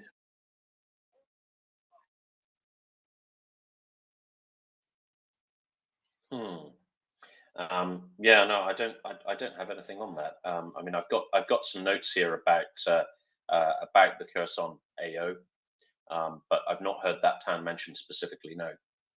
Not in weeks, I know. So that's the thing, right? The first day or second day of the Ukrainian counteroffensive in Kherson, right? They made the bridgehead. They got that sort of area around Kostromka, Bezimene, and that's why I was kind of wondering what was going on in that in that area. That's all. Shall we go to Aaron, or do you want to run through your notes a little bit? Let's go to Aaron. Maybe Aaron knows something about Sukhý Stavok. Hey, morning. Sorry, I actually don't even know what you were just talking about. I have a No, that's all right. You can go for it. That's okay. Sweet. Neither did we. That's the thing. Fair enough. I have a question. I think it might be an Axel question, but Domi and Tim, maybe you could answer. Can you explain what's the inner workings of NATO? Like, is it basically an alliance that basically if you're in NATO, it just means basically that Britain and America will defend you? Like, is it really a mutual alliance as one would lead to believe? Like, who provides the intelligence? Is it really all sharing, or is it really just like a couple countries pulling the weight of everyone else? Like, how does it really work? Right. So NATO fundamentally is a defensive alliance. So it is there to effectively the politics of it is an attack on one country in NATO and Europe is considered an attack on all of them. So that's its most fundamental principle. It also provides a framework for military integration and cooperation. So it provides a degree of standardization. It provides integrated multinational chains of command. So it kind of turns the armed forces of the alliance into, for the purposes of defending the alliance, into essentially one beast. It's also a framework for cooperation in other areas. So fundamentally, it's defensive, but it does occasionally use its framework for more expeditionary stuff.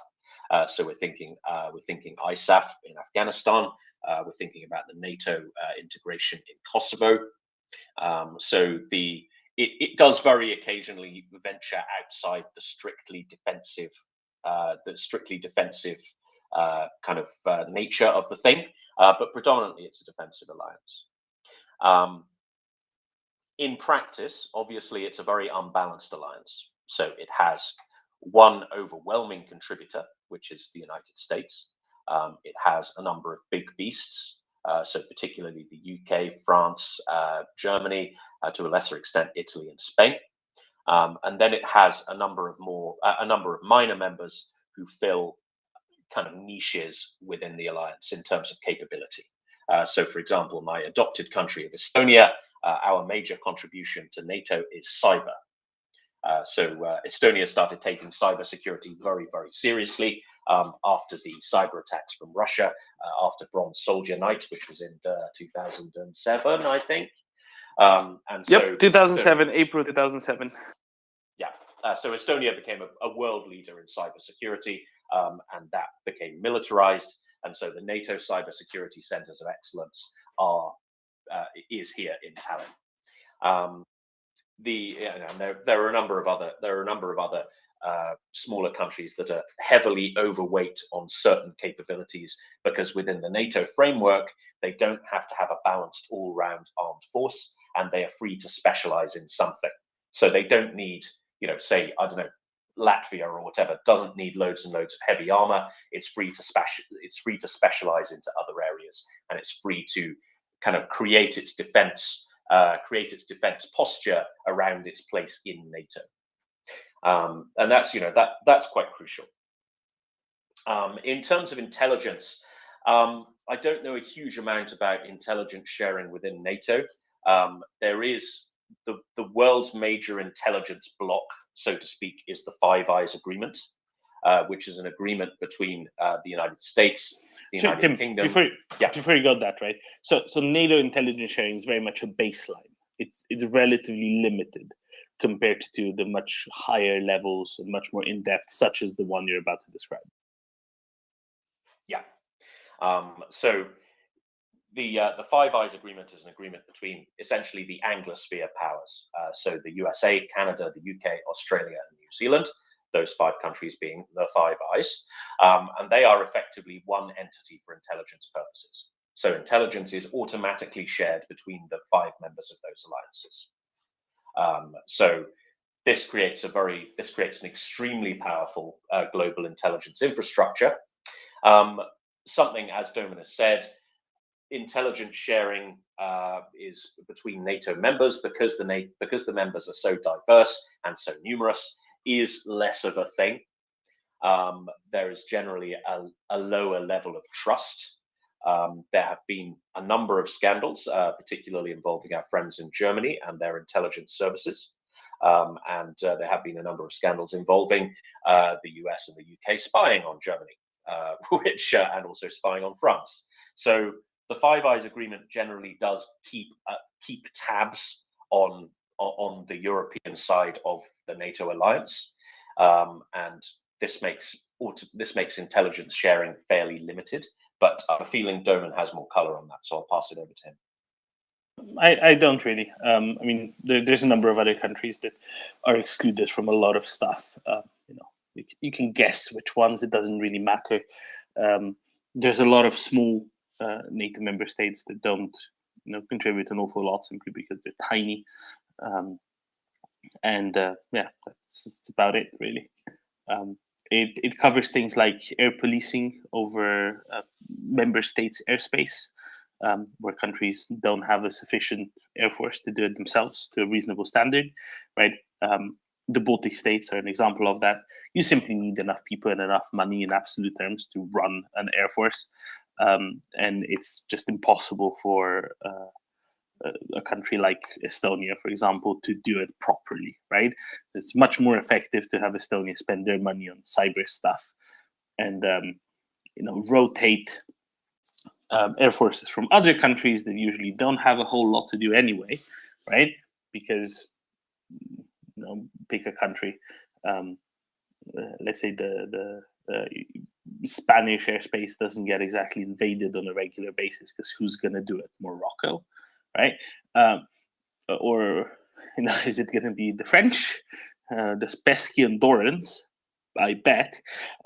So they just kind of rotate through the Baltics, and every 6 months, Tim, that a new contingent, a new multinational contingent of Baltic Air Patrol comes up? Yes, it is. I think we've got the Italians at the moment. I think we've got the Italian Air Force with their lovely Eurofighters policing our airspace. So yeah, and that's so it's about creating economies of scale when it comes to military force. It's also about allowing countries to specialize into what they do best, and not having to maintain all the expensive and not particularly effective trappings of a great power, and kind of slot into this kind of defensive behemoth.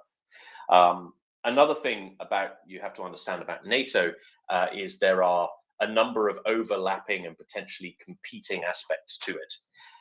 So, for example, I mentioned the Five Eyes, which is all about intelligence sharing.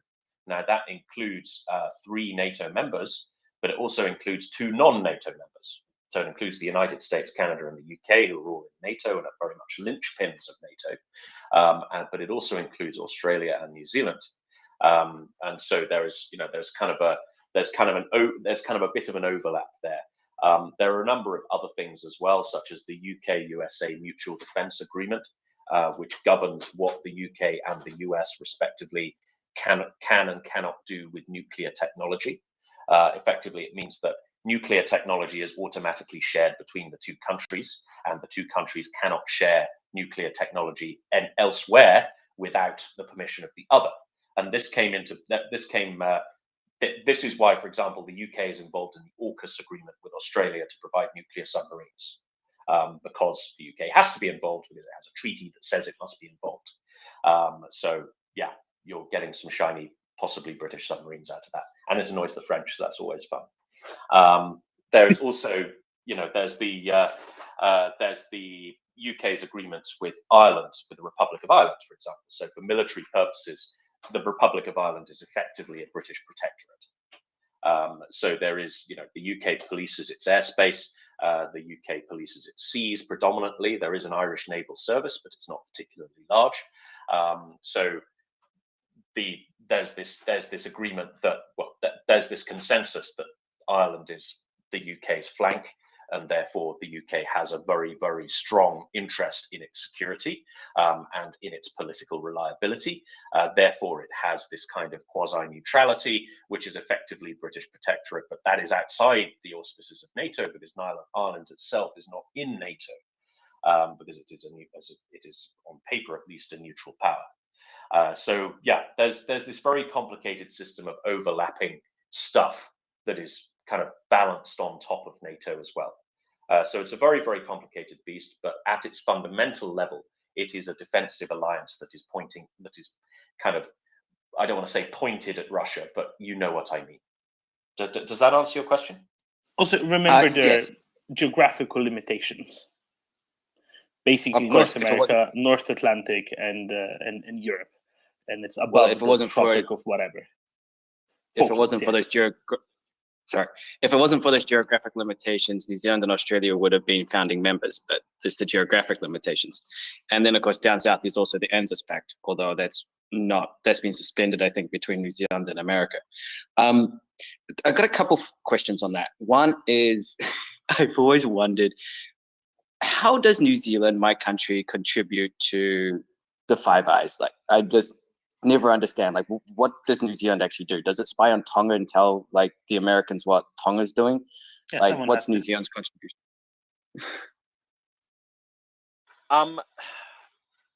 The New Zealand's contribution to Five Eyes is, well, it's fairly minor. I mean, New Zealand is not a particularly large country.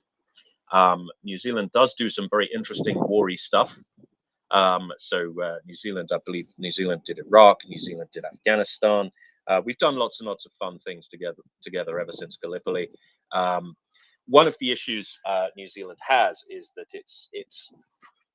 it's ideologically slightly conflicts with the kind of Anglosphere condominium that's been created because of its anti-nuclear posture, right? So New Zealand is a nuclear-free zone, so nuclear-powered ships and nuclear-armed ships are not allowed to dock in New Zealand. New Zealand has, shall we say, there are question marks around Chinese Communist Party activity and influence in New Zealand. So this is a bit of a tension within the alliance, and this is something that, of course, the media will absolutely overblow. There have been commitments from Jacinda Ardern that she's very much committed to to the future inside the Five Eyes and within this condominium. But it does seem to me that there will come a point when New Zealand, especially as China gets more and more belligerent, I think there will come a point where New Zealand has to shit or get off the pot, and you're either in this or you're not in this. And I think that the particularly the palsy around nuclear has to change. And I think New Zealand has to become more committed, and that means accepting that there are norms to global defence, and you can't ignore them. And part of those norms are accepting that nuclear weapons and nuclear technology exists, especially when Australia joins the Nuclear Submarine Club. This is going to be something that I think the Aussies are going to have a very stern word with New Zealand about. In terms of exactly how New Zealand functions within the intelligence apparatus, I'm not really sure, but I see Waypoint has his hand up, so maybe he has a better answer on that. Waypoint.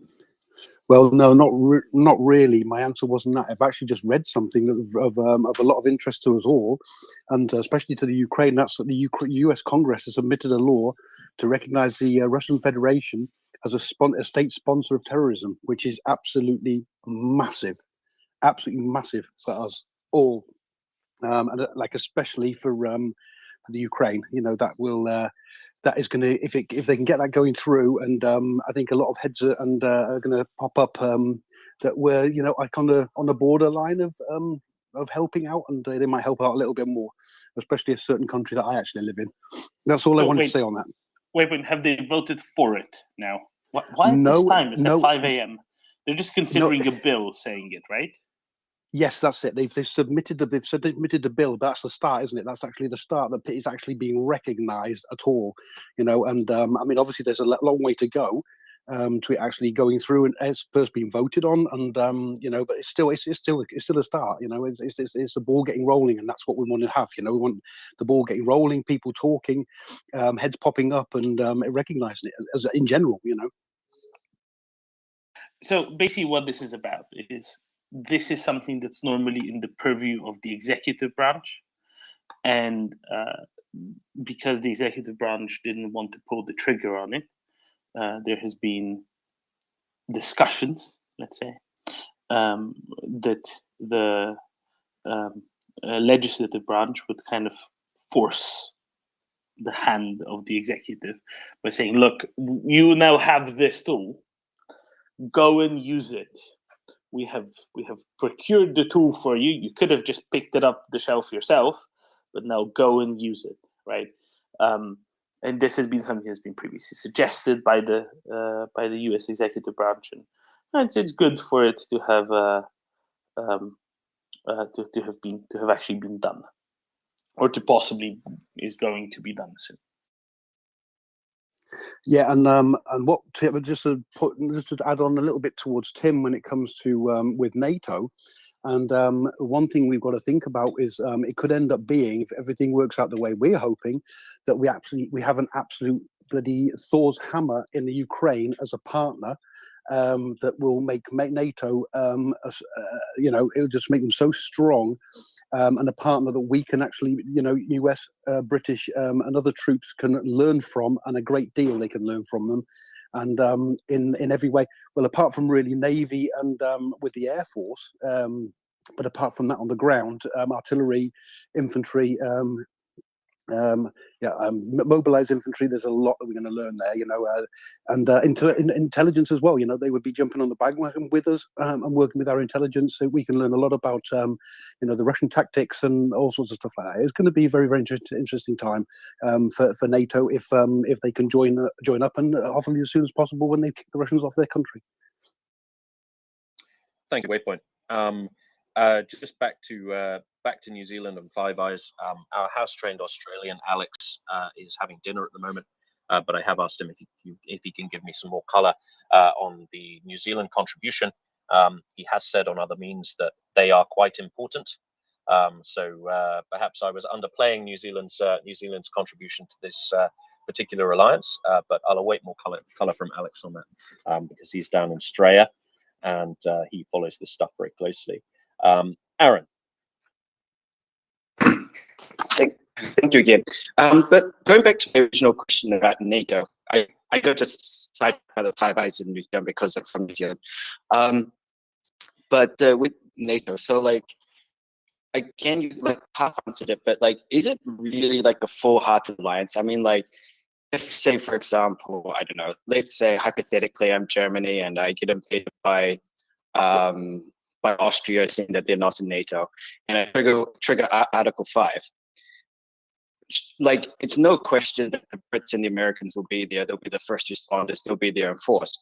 But should I hold my breath for the Turks to arrive? Would some countries realistically not actually do anything? Yeah, realistically, there wouldn't be any need, right? Because by lunchtime, the threat will have been sort of subdued. And, I mean, it's Austria. Have you seen Austria? Okay, there we go. Yeah, so like my point there was yes, if it's a serious thing, then yes. If it's something like this that is dealt with in a morning by Germany and the US forces stationed in Germany, then yeah, okay, it's the Turks aren't going to show up because it takes them too long. But yes, it is when the chips are down. It's kind of that's kind of how it is, right? When the chips are down, it's there. When they aren't, that's where the politics is a little bit fuzzier and softer. That's kind of how it works. But the ones that are serious and committed will always be there. But luckily, those are the ones with the big sticks. So because of that, it works. Yeah, exactly. So I was trying to make a funny example there. But so my point was, with NATO, would you understand some alliances members as contributors and others like maybe Turkey and Greece as like benefactors? Well, actually, that's not correct. Greece has one of the highest per GDP percentages in terms of its military household because of the lingering, conflict with Turkey for many years, which is the most interesting part, that we have two parties which technically are not quite peaceful with each other, Turkey and Greece. So I wouldn't discard the Greeks, I wouldn't discard the Turks as easily. Yes, at the moment the Turks are, so to say, members of convenience and of their own strategic necessity and will, and their army has been depleted of its command ranks when roughly about 5,200 of their officers were literally liquidated or segregated, separated, and incarcerated, including their families, with people tortured, called back from abroad, forced rendition abroad in certain countries, even quite literally, by means of them being extorted to come back, otherwise their families were to be in harm's way. So Turkey did deplete its ranks, but it still has a significant ground force, for example. So one should be careful in making such assessments. And also as to the overall NATO structure, which you beforehand quipped away at, NATO has a very significant structure which has always evolved with its needs and its capacity. And if you look at both the force structure as well as the ready forces, let's put them this way before we go into too much detail, too granular, the rapid reaction capacity of NATO has been beefed up in recent 24 months. And it has always been there, but it was not as strong. The consolidation of these forces was a necessity. The multinational corps which have been stood up are important in terms of command structure and NATO force integration. And in most relevant NATO countries and those who have acceded to NATO in recent decades, especially on the eastern flank, we have NATO force integration units, which allow for and require a rotation of staff officers as well as NCOs all across the board between countries in order to engender trust, codify education, streamline procedures and processes, and that is how modern Western armies are built. So is NATO a paper tiger? Oh God, no. Bloody hell no. On the contrary, NATO is the staff college. It is the cultural bond and fabric connecting all those armies. It is integrating and proposing to NATO states as to how to train, how to grow their forces, how to consider their force design, and how to rely on each partner, as Tim kindly highlighted in regard to, for example, air cap, as it's flown by those who have those aircraft and can afford those aircraft, vis-a-vis those who can't. So in that regard, NATO has played a significant role in recent years, and it stands to grow quite substantially. Because finally, now that people have understood that the value of deterrence and deterrent capacity on the one hand, as well as the political will to fund it, now finally coming about, you'd see a significantly stronger, lean, but stronger NATO in future. So that's how it is. And yes, if Russia so much as says bleep or poo at NATO borders, puts a foot somewhere, they're crisp. Do never underestimate the capacity which is vested in the force integration and the combined arms capacity of the NATO nations, or its readiness. Thank you, Axel. Aaron, I hope that clarifies matters abundantly. Let's go to Troy, and then to the captain, and then to the serious Peskov, not the parody that lives in Moscow. Troy. Thank you. Good morning, European friends. Yeah, just to add to what Axel said at the end there. Nope, forgot my point. Sorry, it's 2 a.m. here. I was gonna ask. I saw Schultz is making some headlines talking about Russia. It's dividing Germany, which he's right. He's a little late, but he's right. And then the UK at GCHQ seems to be getting a little more. They've always been very supportive. More loud, and I saw the Estonian outgoing intelligence chief is giving interviews. Is it just me, or are we turning a corner here and kind of reassessing our the statements we make, words we use, and possibly the actions too? I think you're picking up on good noise. There is, I think, a lot of pressure which has been exerted recently, and a lot of pressure coming down on the Scholz government at this point in time. And it certainly comes exactly from the direction, as you just said. I mean, the clarity of proper intelligence briefings and the impact of what intelligence agencies do know. And it is high time. Is it as simple as your cybersecurity chief gets publicly burned and you got to save face and do something? No. That guy was overdue for some time. See, that's why I come here. No, Mr. Schönbohm was overdue for some time, but other than that, it's other movements and more clarity. Schönbohm is sort of it's the froth on the cream of a coffee.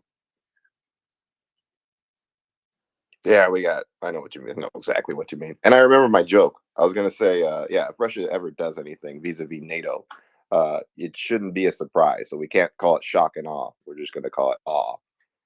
But yeah, that's it. Good morning, everyone. Thanks, Troy.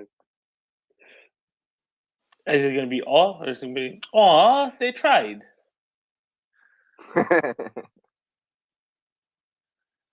John Howard?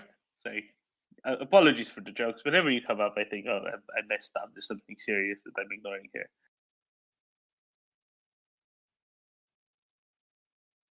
John, can you hear us? Yeah, can you hear me now? Loud and clear. Brilliant. Thank you. Good morning, everybody. I actually wanted to make the opposite point. I've been quite irritated this morning. I follow lots of US think tank people and have done for years just for work. And I've noticed in the last 48 hours a really significant uptick in the amount of calls for urgent de-escalation and the holding of peace talks to try and end the war. And the reasoning behind it is very clear. They're all scared of the big bad N-word. And we try to avoid all N-words on this space if possible.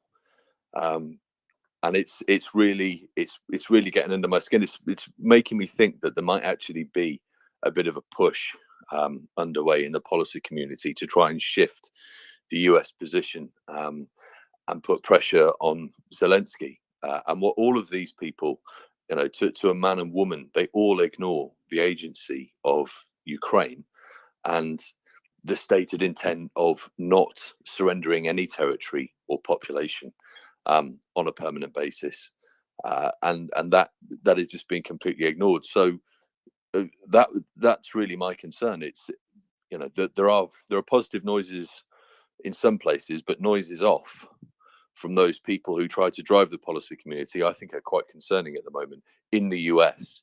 But then you contrast that with the statement that there was a tweet from Visegrad 24 about an hour ago, saying that the 9 sort of eastern flank nations are all jointly releasing a statement.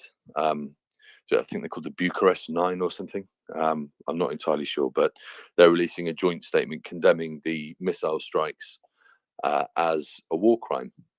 So I mean, there seems to be a real disconnect developing now. I have a hunch that's not happening because the Bucharest 9 includes Hungary. And yesterday, the Hungarian president, who's one of Orban's friends, let's say, because the president of Hungary is elected by the Hungarian parliament. So basically, Orban's party just said, yes, we shall make this person of ours who used to be a minister in one of Orban's governments, we'll make her president. So yesterday, she was very active and completely ignored anything to do with Ukraine. So something tells me that, if this isn't at the top of their list of priorities sufficiently to even mention the massive missile strikes against the country that you neighbor, I don't think they're going to say that. Something tells me. Okay, fair enough. And you would know much better than me. That's simply what I read on Twitter. There were 9 states. There were 9 states that did the joint declaration regarding Ukraine NATO membership last weekend. So there were the Bucharest 9 minus Hungary and Bulgaria, but plus North Macedonia and Montenegro. So maybe it's those 9 again. Right, That's more plausible. Yeah, I did see the Hungarian flag included on the anyway, it's a tweet. Who knows? But the point I'm trying to make is there seems to be an increasing divide in opinion that's developing, and I am concerned about these people in the US because they do have a way of forcing their way into the policy conversation. And it's just something that's when you roll it up with the stuff that's coming out from Musk, and that there seems to be the more extreme ends of the left and the right in the US, and I know think tanks aren't usually called extreme, but the more left wing and the more right wing position seems to be making common cause or attempting to, or at least pushing in the same direction, even if they're not cooperating. And it's in a direction that I don't think is very beneficial to Ukraine. But that was the only point I wanted to make. I see the tweet that says Bucharest 9. I'm just skeptical because, I mean, it's supposed to be Katalin Novak, right? Or Novak Katalin, who's supposed to be in co-issuing that statement. And yesterday she seemed rather disinterested in it. So who knows? There was a quick note I wanted to make. Yeah, the Finnish Prime Minister explained the process for an off-ramp for Putin, and it was get out of Ukraine.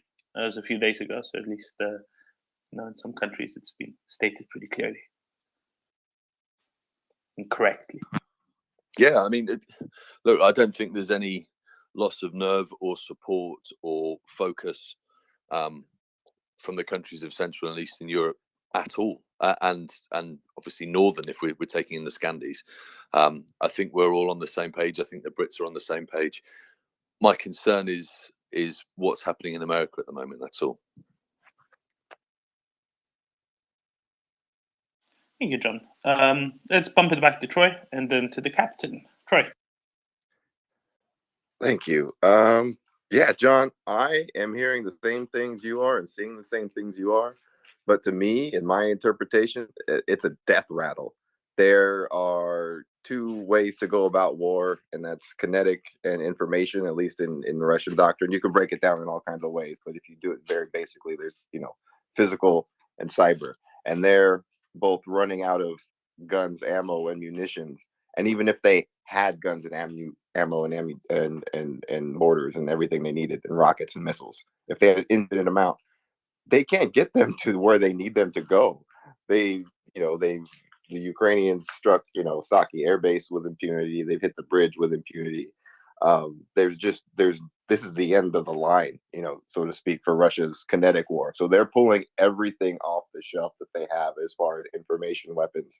And I think we have yet to be surprised at who comes off the shelf. I mean, yeah, Roger Waters and Steven Seagal are assholes from way back.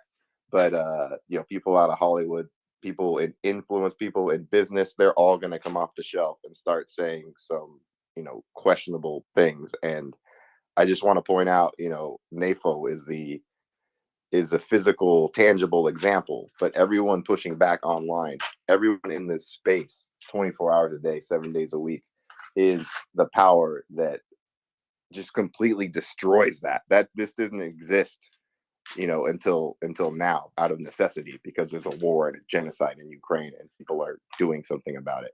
But before that, people got away with stuff online, on TV, and in public, steering public opinion, and everyone was just kind of letting it happen. And now nobody's letting it happen anymore.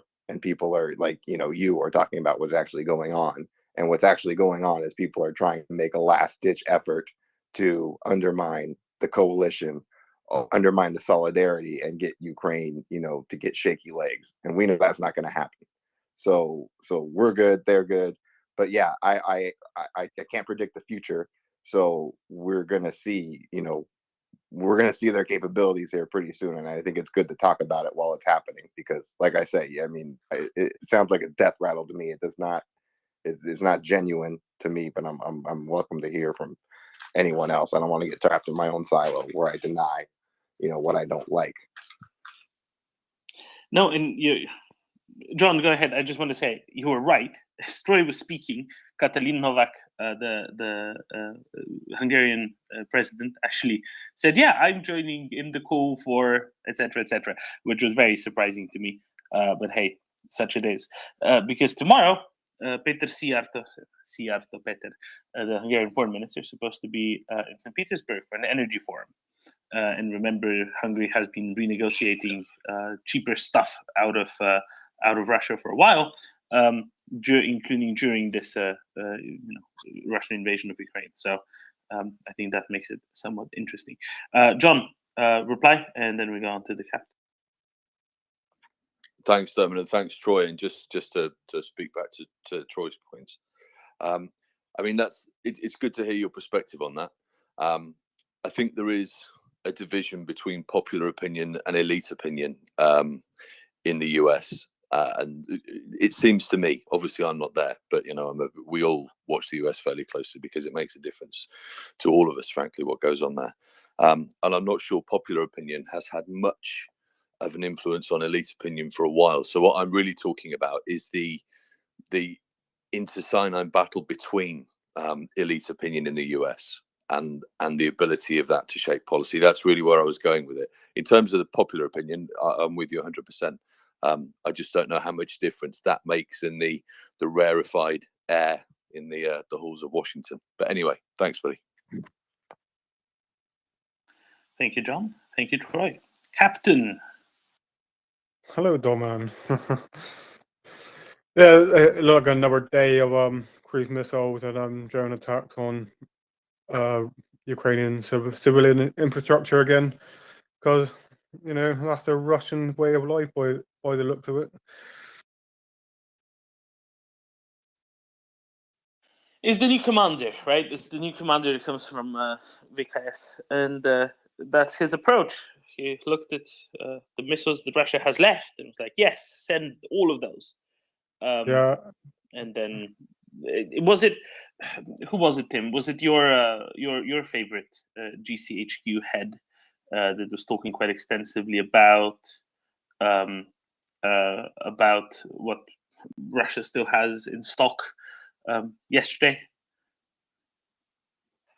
I didn't see that. No, I think you're talking about Sir Jeremy Fleming, but I haven't I seen am. that. I am. He has a speech today, and there were some bits that leaked out ahead of time yesterday that were being reported by UK journalists, saying things like, "Yeah, Russia doesn't have that much stuff left, and their munitions are going to run out." And it really seems a lot like death throes of a military, sending all the standoff weapons they still have left. Yeah, Ukraine needs outcomes straight away. You know, if you're gonna hit one of our civilian cities, that's all right. We'll hit the Raspol port or one of your air bases in Russia. You know, tit for tat. I am all for it. Sadly, in the Saratov was a bit too far, I think. But yeah, I concur. I concur. Tim? Yeah, I've just found the article. Sky are reporting it. So Jeremy Fleming, who is the Director General of GCHQ, which is the British government's signals intelligence operation, kind of equivalent to the NSA in the United States. He has come out and said, to quote him, Russia's gains are being reversed. The cost to Russia in people and equipment has been staggering. We know, and Russian commanders on the ground know, that their supplies of munitions are running out. Russia's forces are exhausted. The use of prisoners to reinforce and now the mobilization of tens of thousands of inexperienced conscripts speaks of a desperate situation. They are fleeing the draft, realizing they can no longer travel. They know their access to modern technologies and external influences will be drastically restricted. They are feeling the extent of the dreadful human cost of his war of choice, Putin's war of choice. It's something interesting there. Reading between the lines is the sentence: "We know, and Russian commanders on the ground know, that their supplies and munitions are running out." He doesn't say Russian commanders. He says Russian commanders on the ground, suggesting that there are Russian commanders who are not on the ground who do not know that the supplies and munitions are running out. So here we are back to, the inverted chocolate fountain of bullshit that is the Russian chain of command. The people at the top don't know what's going on at the bottom because everything they're getting from the bottom is a lie. So I don't know if we're not reading too much into what Sir Jeremy Fleming is saying there. I would say there's a very strong hint that the people actually in charge of prosecuting the war, rather than commanding units and formations on the ground, don't really have a clue how serious the situation really is.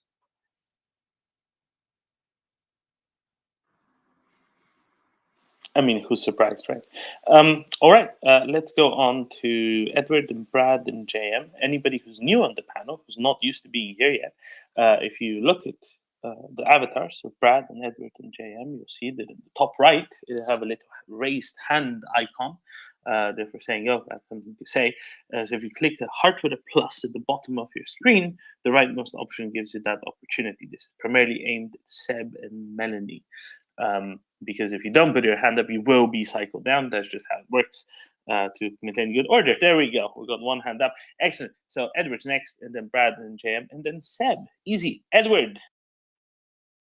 Hi, morning. Just brief on New Zealand. I was married to a New Zealander, so I took a bit of interest in the New Zealand contribution to the Five Eyes network. And I think historically they were heavily involved in satellite intercept as part of the Echelon system. Because of their geographic position, they could hoover things up, which the rest of the alliance couldn't. But I think that last year they announced they were going to close down their station because of a reducing emphasis on satellite intercepts globally, I think. And this was their station at Waihopai was Iron Sand, it was called. But I think they're also, their position, they're heavily involved in data warehousing as a sort of disaster recovery site. and also they hoover up data from undersea cables and all that sort of thing. But politically, in the nuclear sphere, they've never really recovered from that Chirac-sponsored sinking of the Rainbow Warrior in Auckland Harbour in the late 80s or early 90s. And so they're just not going to allow nuclear-powered vessels into their waters or into to dock in their ports. And there's also a problem with China. I mean, New Zealand is very heavily influenced by China, and the more recent moves in the Western powers to sort of criticize China over Hong Kong and the Uyghur situation has put New Zealand under quite a lot of pressure in that regard. Then I want to just say, on the whole business of forcing Ukraine to negotiate, I don't think it's actually all that unhelpful to have this strain of thought, percolating in the West, because after all, we want. It's not that unhelpful to have for the Russians to feel that they've got, a conventional track available possibly to them in future. But in reality, I think with the Lend-Lease situation and Biden's position as president for the next few years, this war will be over, before any serious pressure could ever be brought to bear on Ukraine in that regard. Thank you, Edward. Yeah, I've since been given a bit more color on New Zealand within Five Eyes. If we could touch on that finally, there is a kind of slightly hysterical external narrative around what New Zealand doing, particularly with regards to China, and it's something I've fallen victim to myself on a number of occasions now. What the New Zealand's contribution to the Five Eyes Alliance is essentially it's twofold. The Five Eyes Agreement, it divides the world up into sectors that each power is responsible for surveilling. So the UK does Europe and Africa, Australia does Asia, New Zealand does the South Pacific, and the United States does the Americas, crudely. The New Zealand is very, very capable in signals intelligence. It hosts a number of really quite spiffy facilities for the Echelon system of signals intelligence gathering, which is the Five Eyes right arm when it comes to SIGINT. Another major contribution is its relationships with the Pacific Island nations. The New Zealand has very, very strong and close relationships with the Pacific Islands because they share, the Maori minority in New Zealand are ethnically Pacific Islanders, and so there's this kind of warm relationship and feeling of solidarity between the two powers, and this is quite crucially important when it comes to containing China.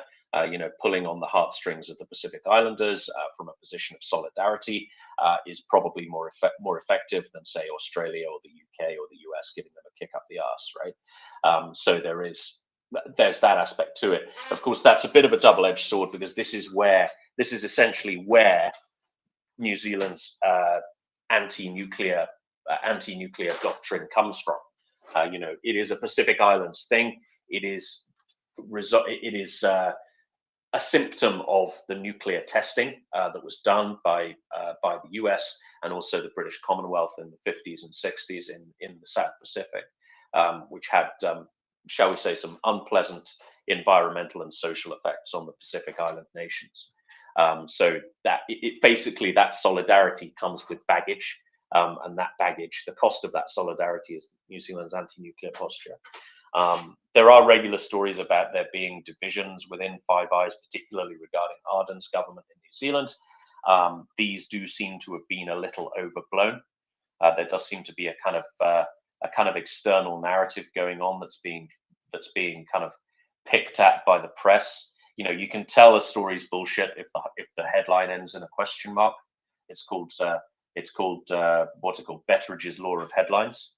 any headline that ends in a question mark can be answered with the word no. And a frequent headline is, is New Zealand leaving Five Eyes? Question mark. No. So yeah. Anyway, there's a bit of color there. I know we don't want to dwell on this topic, but thank you, Edward, for your contribution, and I'll go to Tim. Excellent, thank you, Tim. Brad. Yeah, I think we would all be remiss if we did not award high honors to one Timothy Sennett for his superlative catchphrase, "Inverted chocolate fountain of bullshit."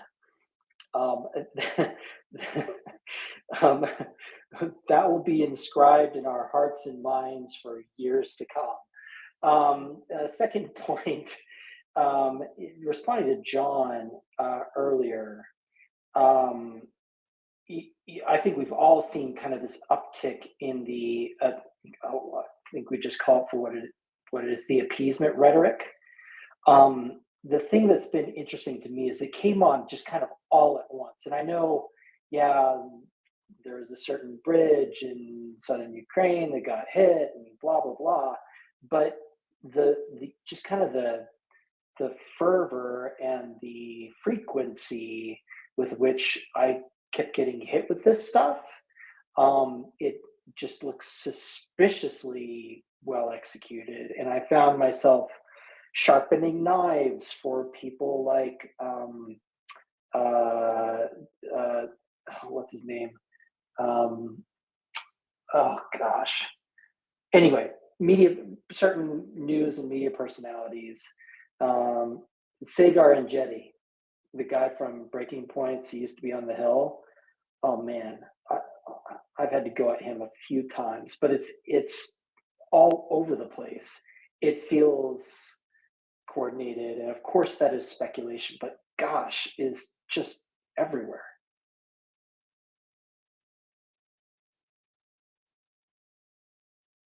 Anybody else notice this? Is it just me? Am I taking crazy pills or what? I don't think you're taking crazy pills. It just sometimes happens. Sometimes the crazy comes from within. Just kidding, Brad. Just kidding. Tim, to say, you must have something more intelligent to say, Tim, after you've been praised for your inverted chocolate fountain of bullshit. It's not something I've been following, I'm afraid. This chap Serengeti, I know that's not his name, but could you say that part again, please? Sagar and Jetty. All right, and what was the color on that? I'm sorry. Oh well, hold on, I'll tell you. Let me just bring it up here, since I've been lambasting him constantly. They brought a guest onto their show who is totally lightweight. Okay, here it is. Sagar and Jetty, Saagar Enjeti, and it's at ESAAGAR. So he's pretty well known in kind of independent media spaces. He runs a show called Breaking Points, which is his co-host is kind of a little bit on the left. He's a little bit on the right, but both of them are, touting a lot of appeasement type rhetoric. And so he's got a couple tweets. Here's one. Cannot get over the fact that Biden made his most consequential comments to date on Armageddon behind closed doors to a bunch of rich donors. If he believes the risk is as high as he says, he owes a full address to the American people. Brad, let's not spend time on okay, fair enough. On random. Yeah, I know, okay. But now you contextualized it fully, and it just looks like it's yet another bunch of weird cranks without any understanding of Europe. So basically there's a whole bunch of talking heads who are just picking up these points from a variety of sources, but they're all coming through at the same time, and it's just kind of pissing me off. That's all I'm saying. No, I think you're right on that. It seems like it's concerted somehow, or at least it's a bunch of people with the same proclivities who jump onto the same stuff doesn't. Let's go to JM. So-called, I can help. It's so-called independent media has the same kind of donor base and the same kind of insidious influencers who are talking to them on a regular basis, who have been disqualified for a long time. And whilst they do a few things right here and there in order to keep their credibility, they are absolutely gullible and fallible. That's exactly what has happened to so-called libertarian as well as conservative and generally independent media, because they were an easy target. It's an information operation. I mean, the thing that's so disappointing is this is somebody who has like 375,000 followers, and he's got a pretty strong reach, and he's getting this crap third hand. So it's just watered down BS. But this stuff is getting amplified, and it's hard to fight it. Yeah, which means that's a good thing about your country. Free speech, you can talk against it. Reach is nothing when the content is shit.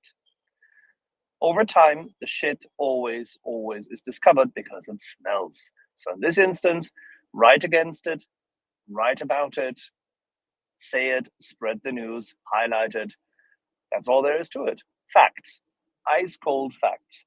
Problem is that in American media, with those kind of operations, you can't use humor, because humor then ends up in mockery, then it escalates the excitement scale. So only facts, ice cold facts.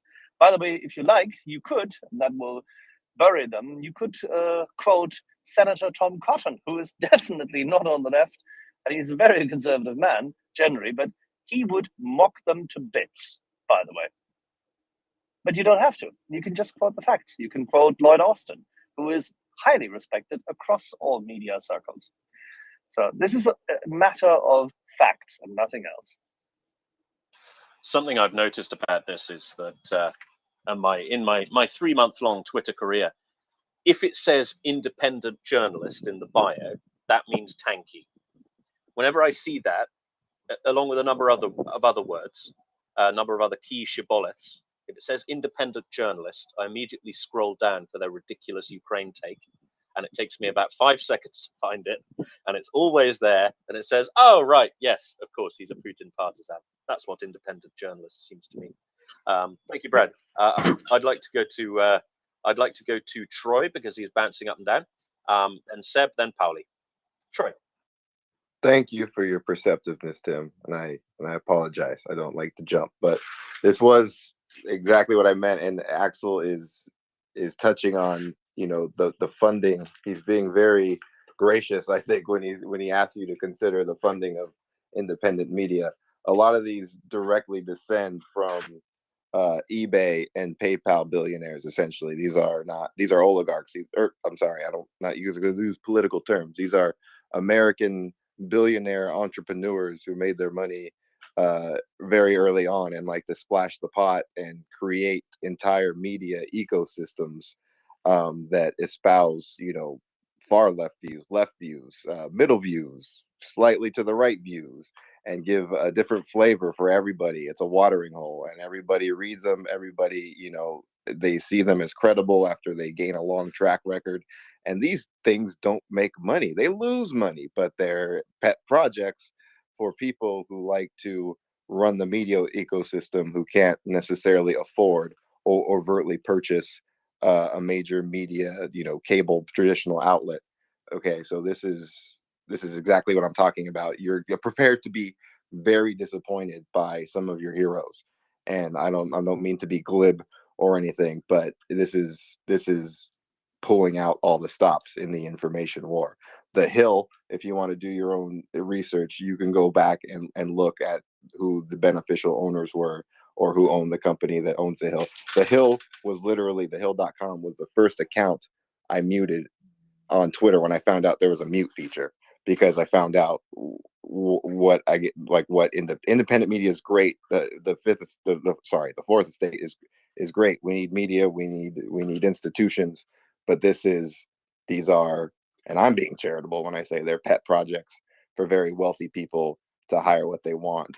and say what they want, and then all of a sudden they're saying something very strange and that seems out of character. Trust your instinct, and I hate to say do your own research, but you know what I mean.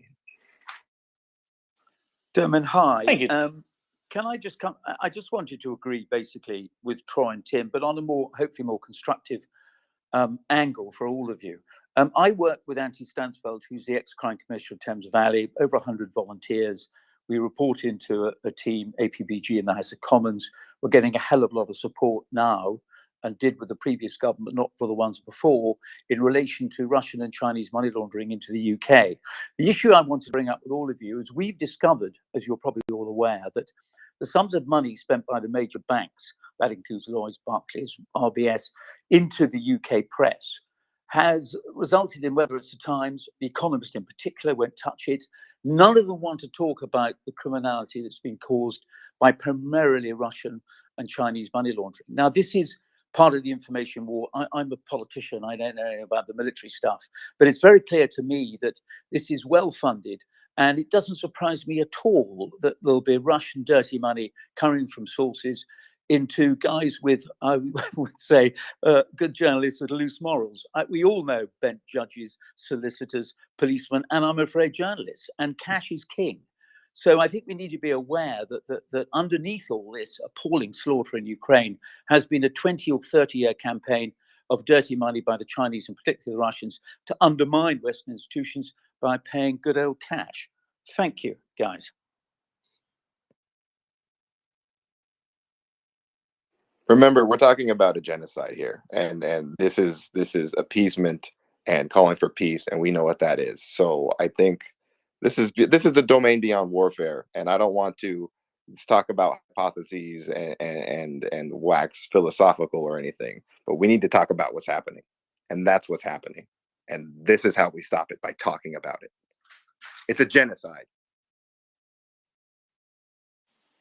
Exactly. Exactly. Seb, could you Shall we get go in to touch JM? with me? Sorry, bear with me 1 second. Seb, could you get in touch with me over DMs, please? I would like to talk about this further, but we'd like to refocus this particular conversation on Ukraine. But please do get in touch with me offline. I mean online, offline. You know what I mean. And we could discuss this further because this is very interesting. Thank you, Seb. Tim, delighted. Perfect. Love it. JM. Yeah, hey, good morning, guys. Just getting here to base, but I did hear earlier there was a little bit of discussion about the United States and where it stands as far as wanting to push negotiations for peace and so on. I can only speak directly to what's passed through the staff level and the ranks, and from everything that I've heard and any meeting that I've partaken in, is that the United States is going to back Ukraine as long as Ukraine has the will to keep going. Of course, there's massive outside of the ramifications for the Ukrainian people. There's massive repercussions for Europe and the United States geopolitically. The United States is heavily invested in all of this, all of it across the board. This is something that's been brewing since the fall of the Soviet Union. As many of you know, I don't even want to go into the history of it, but I just wanted to speak directly to that. I can't tell you what the politicians are saying behind closed doors, but I can only speak to what I hear. And there hasn't been anything to signal that the United States wants to bring this to anything other than what's in the best interest of Ukraine and what the Ukrainian government is wanting to do. The support is there, and it's going to remain there as far as everything that we're being told. Hello, good morning, everyone. I am from the Gambia, West Africa. My name is Sana. Hi there. Good morning. Hi there, Sana. Could you I please think- have a particular way of doing things here? I think Tim. I think Sana's internet already cut out. No. Oh dear. Yeah, I was going Okay, to say I believe- hi, but then he vanished. JM, thank you. See, this is what we keep trying to bring to the fore, right? At the end of the day, there are serious long-term questions here, by which it is crucially important both to the US and many other countries, among them the UK, Poland would be some of the larger ones, to whom this is of paramount long-term importance. And whatever political flavor of the day isn't going to change decades of foreign policy over this. And that's why the fear of that is relatively low. We have seen the steadfast commitment. I mean, just look at the planes landing at Rzeszów of both the US Air Force and the US Army transport flights coming in day after day after day, as well as the Royal Air Force, as well as a number of others. It really makes all the difference, and it really shows the genuine hard commitment of the US and other allies to Ukraine and to Ukrainian eventual inevitable victory.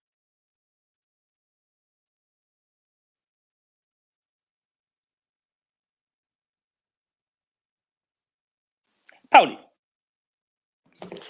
Good morning, Domin. Nice to see the A team here, almost in full force. Is it possible to talk about the recent updates in the front lines in Kherson and in Kharkiv direction? If you can talk about them, yes. I am slightly out of date by about 6 days. I can talk about them. Thank you, Tim. I just noticed that there's some new equipment losses.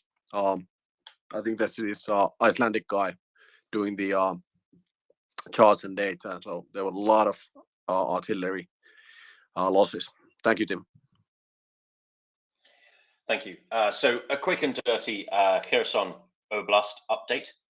Now, there have been a number of reports by both sides, sources on both sides, that Ukrainian forces have captured Davydiv Brid, Mala Oleksandrivka, Velika Oleksandrivka, Novomitrivka, and a number of other towns I can't pronounce. Duchadny as well being significant. There seems to be kind of areas of fighting, particularly. So the last week, there's been a kind of around a 20 to 40 kilometer advance southwards towards Kakhovka and towards Duchavny, Davydiv Brid, fighting reported in those areas. There seems to be a Ukrainian salient forming around Davydiv Brid, and as well as fighting reported in further south in Snihurivka and Posad Pokrovske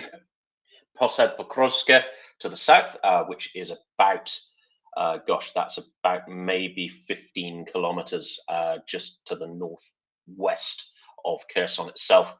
There has been significant partisan activity reported in Kherson city itself,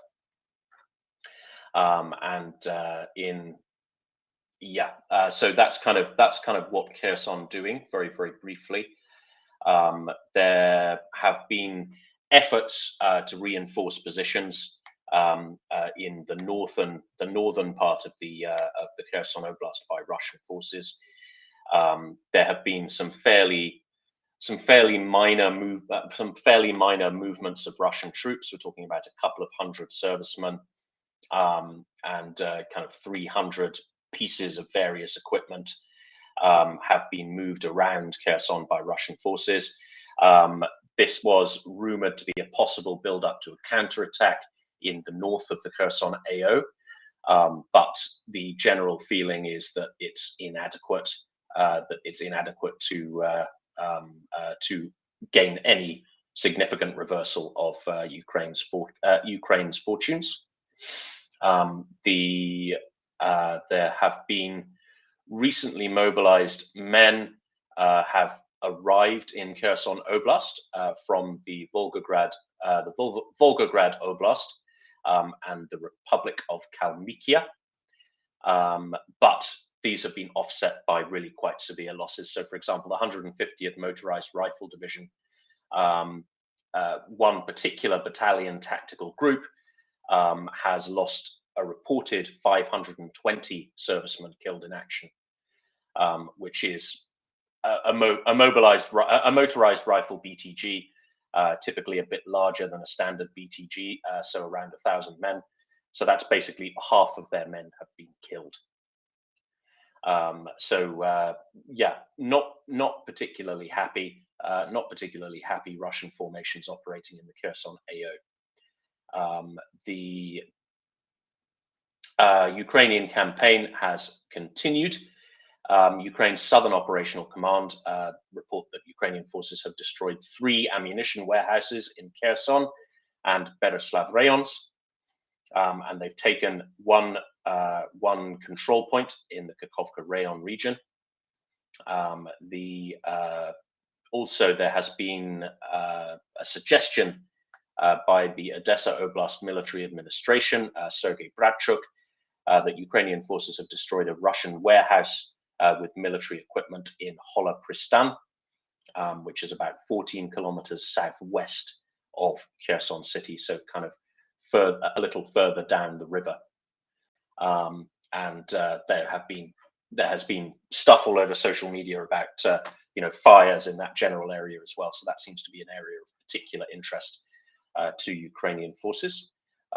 Let me just grab some other notes. Bear with me for 2 seconds.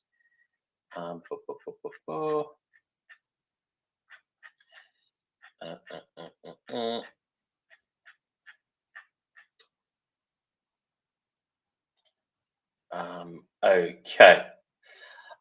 Yeah, so secondary source here saying that Ukrainian sources report these confirm that poorly trained recruits have been hastily integrated into Russian frontline units. So this speaks to what we were discussing earlier. What Russian mobilization doing? They do seem to be trying to integrate these newly mobilized men into existing units, which is what I would expect them to do. Because it's a much better idea than trying to create entirely new formations out of them, because they are of such relatively low quality and poor equipment. Now, the use of mobilized units to reinforce the 49th Combined Arms Army in Kherson, which is the main occupation formation. This has reduced their combat effectiveness. So they've attrited away most of their high quality troops. Let's not forget, in the Kherson AO, this is some of the best formations and units of the Russian army.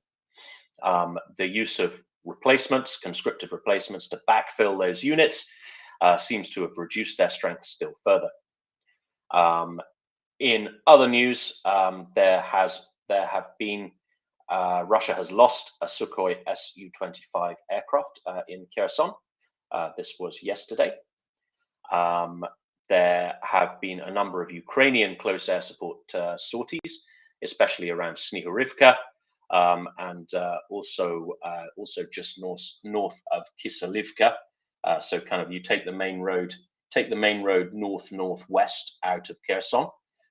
Eventually you get to Kiselivka, go north a bit. There has been close air support missions around that particular area as well. The downed Su-25, the Russian one, was also reported to have been destroyed in that general area. So kind of directly east of Mykolaiv, directly northwest of Kherson. Other Russian losses. There have been a number of Russian surveillance UAVs, Russian surveillance drones downed by Ukrainian air defense. Also, explosions have been reported in Bereslav, which is just on the other side of the Dnieper River from Novokakhovka. And Ukraine have reported the destruction of 4 Russian air defense systems around Novokakhovka and Kakhovka areas. So just kind of slightly further upstream, on about 50 kilometers upstream from Kherson city proper. That's kind of all I've got on that. Pauli, does that help at all? Yes, Tim. Really good update. Thank you. I was looking for only a few brief sentences and something not so specific, but this quenched my information thirst for the morning. Thank you. Thank you. Should we have a look further north as well, Dermot, for a quick update? Let's go to Kharkiv, yeah, or rather Luhansk at this point. Okay, so up around Izium, so Izium, Kreminna, the Ukrainian forces have advanced from the north to Svatove. That's along the H26 highway. So there's a big road, the H26, that goes down towards Svatove from the north. There has been significant advances along that highway and also against that highway. There have been a number of close air support missions in the Izium AO. The Ukrainian General Staff admits to 4 of them. Again, there are a number of reconnaissance drones on the Russian side have been destroyed, as well as the Russian HQ in Svatove has been targeted with strikes, and also in Starobilsk as well. So you think Svatove and about about 120 kilometers to the east is Starobilsk, which is a major Russian command post that has also been struck. The Ukrainians have been busy destroying the Russian electronic warfare assets and also air defense assets around Svatove, and also there has been fighting reported in Kreminna, the area around which does still seem to be contested as of yesterday. This is Kreminna is particularly important because if you can take and hold Kreminna, that means you control the P66 highway, which goes down to Severodonetsk and Lysychansk further to the south. Now, Severodonetsk and Lysychansk, these are quite major Russian hardpoints. They're also where the attacks on Bakhmut, so the Wagnerite attacks on Bakhmut, they seem to be based in the area directly to the west of Severodonetsk and Lysychansk. So if Russia, when the Ukrainians finally take the P66 and control that fully, they can take Kreminna, they can go straight down into Severodonetsk. The Russian avenues of retreat around Severodonetsk and Lysychansk are going to create problems. There's quite a marshy area to the east of Severodonetsk and Lysychansk. There's also, the way you would transit these, especially as it gets wetter and muddier, is you would be canalized along roads, and that's going to be a lovely day in the park for Ukrainian artillery and air support and rocketry, because you're going to see these big columns of vehicles kind of heading east along roads, heading south and east along roads, because that's the only place they can go, because it's very difficult to cross country because there's a lot of marshes and a lot of lakes around that area. So hopefully they can be pushed out of Kreminna, out of Severodonetsk, then they're canalized along roads, and then there will be it will be a lovely what's that phrase the Americans use? A turkey shoot in dealing with those forces. So yeah, that's kind of all I've got for that AO. Unless Doman, you have anything to add? No, I don't. I have seen that they were digging some trenches between Kreminna and Svatove, and that's quite interesting. But I see CJ might be parachuting in, and he might want to expand on some of these things. I would love it if CJ was to parachute in and to expand on some of these things. Let's go to Anne real quick in the meantime. Anne, go ahead, and then maybe we'll get CJ to talk more about Kharkov. Thank you. Anne. Finally. Thank you. Finally. I just want to pivot back real short to the information front, because that's an aspect we need to discuss more. I thoroughly enjoyed Tim's perspective about independent media and headlines with question marks in it. I find that really accurate. But I think one aspect that we are not discussing at all is the case of Tucker Carlson and Fox News. I just want to ask the people on the good panel before I continue, who is it that pays and finances and owns Fox News? Fox News is owned by Sir Rupert Murdoch, isn't it? Oh, yes, it is. And isn't Tucker Carlson one of the most or harmful talking heads during this conflict? And I'm not only talking about Ukraine, let's talking about the COVID denial and all this type of populist bullshit we see right recent years. So I'm just wondering, why are we giving him a pass? I know he did a quite good job of sharing on the Iraq war with Sky News, but why are we letting him off the hook? Thank you.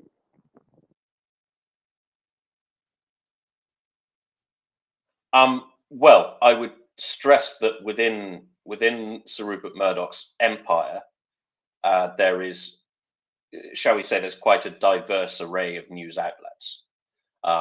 So he owns Fox News, which is an American right-wing channel.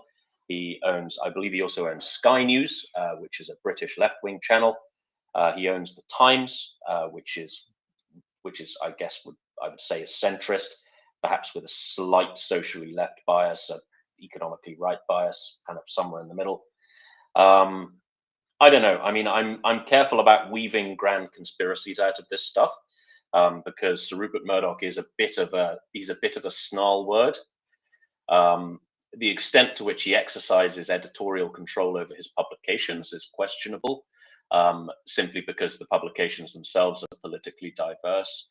But we can certainly agree that Tucker Carlson is a shadow-bottled asshole. Does that answer your question, Anne Frank? Not quite. You cannot be serious by saying that Sky News is a left-wing outlet. That doesn't hold water for anyone. That's not true at all. And when it comes to editorial control, we have seen that. And I don't think I'm weaving a conspiracy narrative here by pointing out that Tucker Carlson could have done. I mean, Rupert could have done a lot more. Rupert Murdoch is very guilty of the rise of this far-right populism in the United States, and this kind of how can I put it, marriage. Sorry, and sorry, mate, your audio is absolutely unworkable. It's really windy. There's loads of interference. While you sort that out, it's been pointed out kindly by a listener that Sky News is no longer owned by Sir Rupert Murdoch. It was bought by Comcast in 2018. That's something we don't need to discuss in this context. But please get yourself somewhere where we can actually hear you out of the wind. In the meantime, we will go to CJ. CJ, very good morning. How are the airplanes? The airplanes are great. I have hopefully an answer to Doman's question, but I missed out on the first part. I heard something about digging trenches, and I wasn't sure if he was referring to somewhere in Luhansk or something else, if you wouldn't mind. Yeah, somewhere between Krymina and Svatovo, that sort of line. Where the children are digging trenches, no? No, there's a machine. I didn't see anything about children. Oh, so, okay, I have seen the machine. I have not seen the machine in action, but I saw it being deployed. So I haven't actually seen a video of it in action so far, but who knows exactly how well that works. What I did see for certain is 14-year-old and 13-year-old students from Luhansk being forced to dig trenches for the Russians. So that was a nice way to wake up here. Jesus. And that, if anyone wasn't clear, that is a crime. Hey, shocking, isn't it?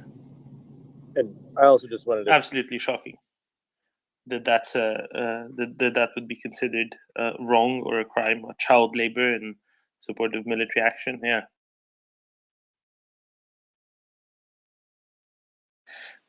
CJ, there has been some talk about a whole lot of Ukrainian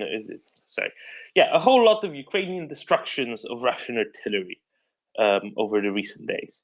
I think Alan brought up some numbers about mass numbers of Russian tubes being taken out of commission last week. How's that going to affect the war going forward, do you reckon? Yeah, and on top of that, if you haven't seen the UK, I believe, is it the Minister of Defense, Ben Wallace, or is he he's the Minister of Defense, yeah. Okay, perfect. I got it right.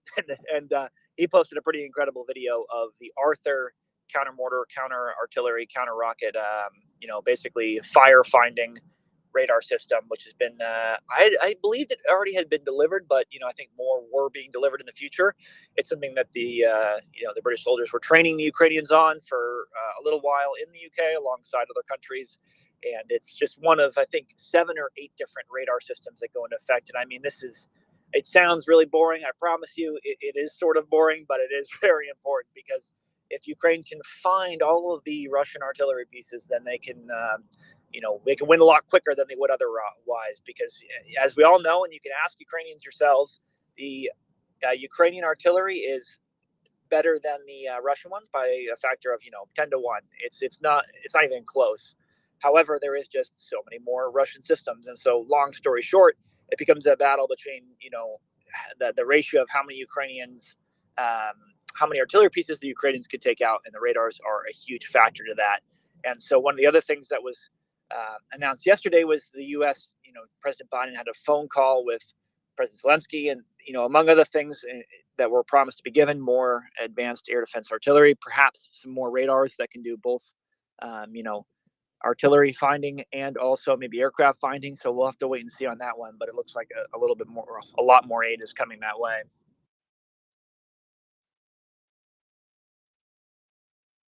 So what did these do, CJ? What did these do to Russian artillery later on? Well, so the best part is they get what's called a POO site, and as funny as it sounds, it stands for point of origin. And what that can do is, if you have your high confidence that grid is correct and the artillery piece isn't going to move from there, you can just automatically shoot at it, kind of blindly. I mean, not so blindly because you have a sense of where it was shooting from, but you're not watching it, right? So if you miss, you would have no idea.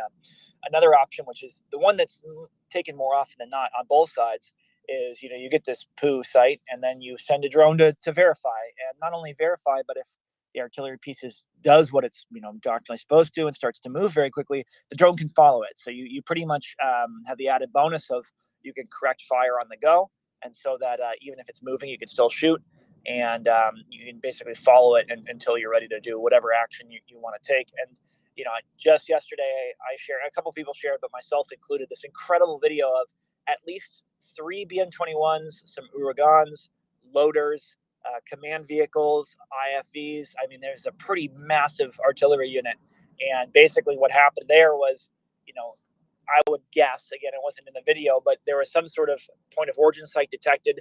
Ukraine sent up a couple drones, and it was clear that this was a pretty juicy target. And so they didn't just use artillery against it, they used HIMARS, and with devastating effect, perhaps even using the M30 Alpha 1, maybe. It's not exactly clear, but it looks like it pretty much so.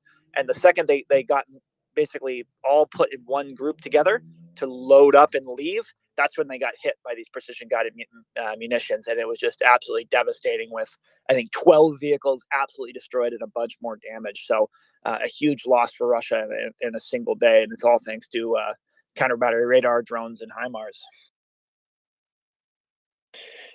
CJ, does Russia get to use counter battery radar a whole lot these days? Well, they certainly could, right? It's something that it's not so much about having the right technology. It's also about having the systems in place to act on it. And what that means is, you have to get the data, of course, and your system has to not fail you in that simple task. But also at a bigger level, you have to have artillery set aside to shoot, and you have to, have ammunition set aside. And it requires quite a bit of planning. It's not an easy thing to do, as easy as it might sound. But what's really important is the fact that, if you turn on your radar in this kind of war that you're in, your radar can be detected by other radars. And so now you're in a situation where you could be actually open up to counter battery, and you never even fired a round. You just turned on your radar and you immediately got detected. And this would be a great thing to ask Colonel Fisher today, I believe, because he's an electronic warfare specialist and knows a whole in just over half an hour. In just over half an hour. Unfortunately, I'll be in PT, but if he goes long, I'll definitely tune in for the end. But this is the thing: is if you don't actually have your radars timed correctly to when you want to turn them on and off, and you just have them on, they're going to get destroyed by artillery hooked up to other radars. Or if you have what Colonel Fisher used, you have the HARMS missile, which can lock on to radars that are emitting. And so Russia theoretically has this capability, but they, it's not really clear that they've used it at all outside of the first couple days of the war, because these missiles are very complicated and not, you can't just indiscriminately bomb, civilians, the cities to find your radars. You have to get a precise hit on these things. And thankfully, Ukraine, thanks to the United States in that specific case, has that capability. And then they have radars from numerous countries, and they also have some of their own Russian and Soviet ones that are pretty good. But again, it's the most important thing there is creating a system that works together so you can actually prosecute those targets when you get them.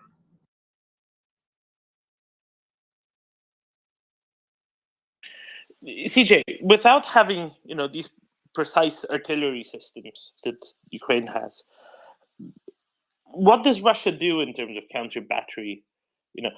Detection's fine. I'm sure they can get that precise if they don't get their radar destroyed by harms. But how can they even try to hit a Ukrainian battery? Do they just need to, shoot with many more howitzers for a much longer period of time and hope that they stay put? Is that the general approach? So the counter battery radar itself, traces its roots to, I believe, either the Germans or the British invented it first in end of 1944 or 45.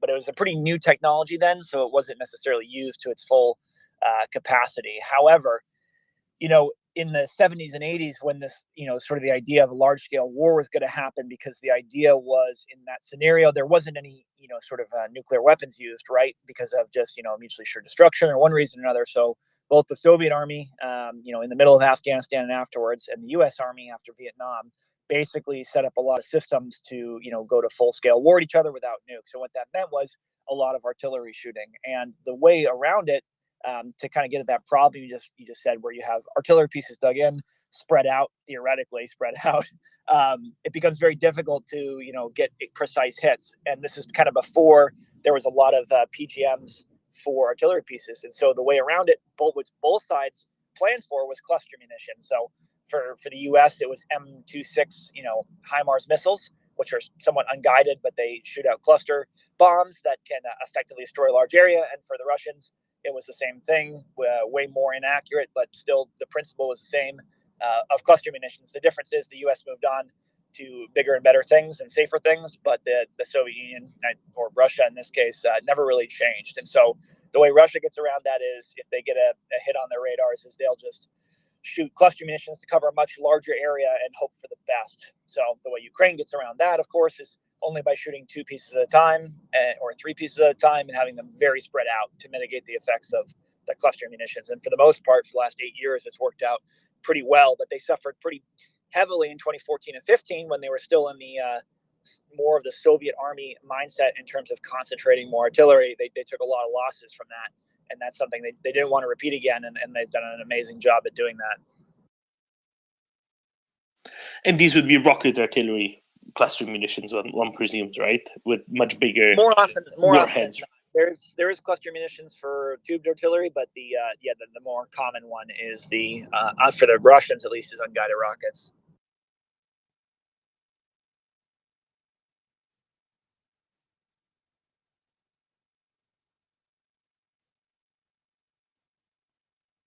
So how is this going to change things going forward, CJ, especially in conjunction with, especially in southern Ukraine, right, with the Kerch Bridge out, at least for a while, and quite possibly hit again eventually.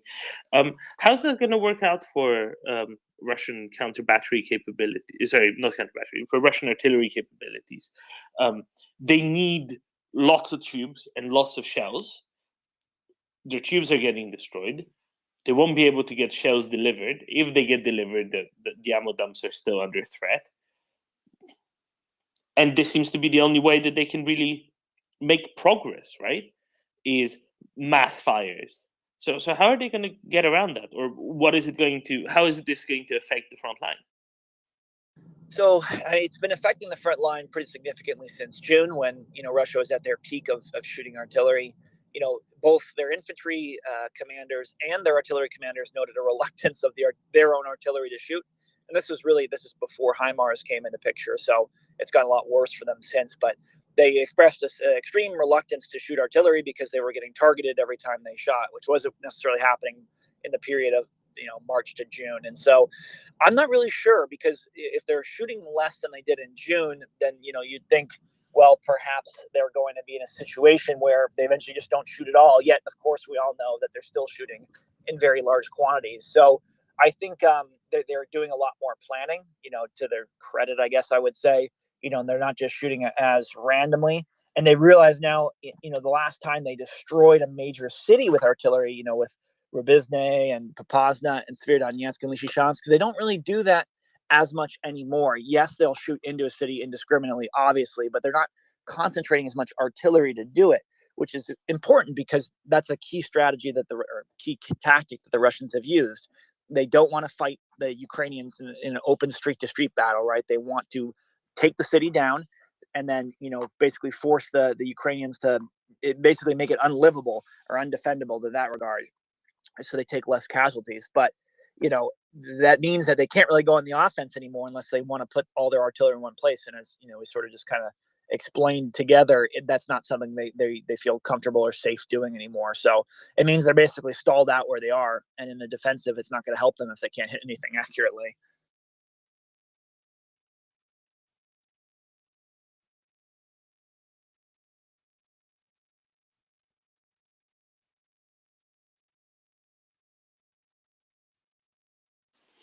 And I think we lost the CJ. That's what happens when he parks next to HIMARS. He suddenly drops off. We really should advertise these, between two HIMARS segments better. Whenever we get CJ, shouldn't be done. Absolutely. My question for CJ was going to be, when he's talking about these poo sites, how does he say that without laughing?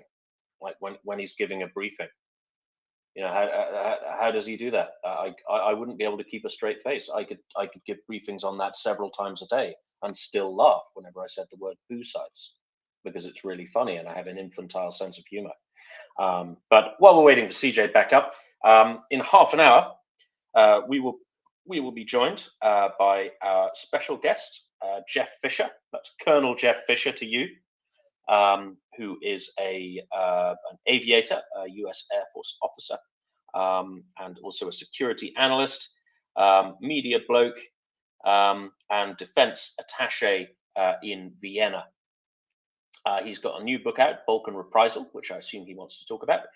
He's been on the space several times before. He's always interesting, and he always has interesting things to say.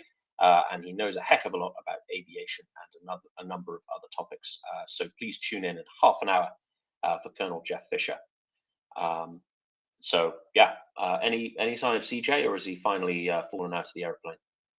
I think he's not landed yet. That's the problem with parachutes. It means it takes a lot longer from one availability to another. Of course, were it not for the parachute, then the latter would never come. But hey.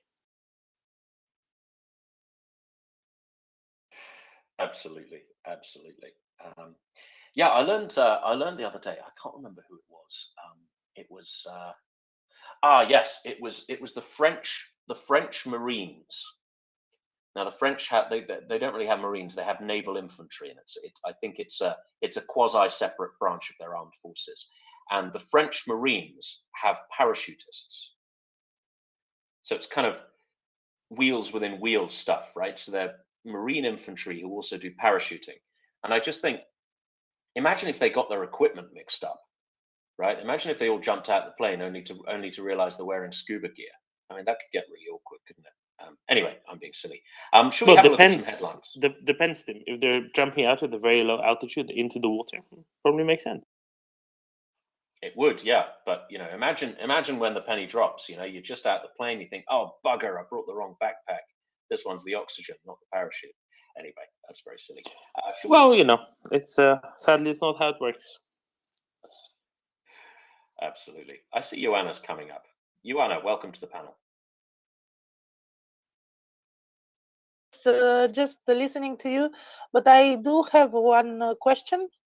I don't know if it fits in the moment, but I'm interested. As long as it's not toilet humor, it probably does. No, it's not.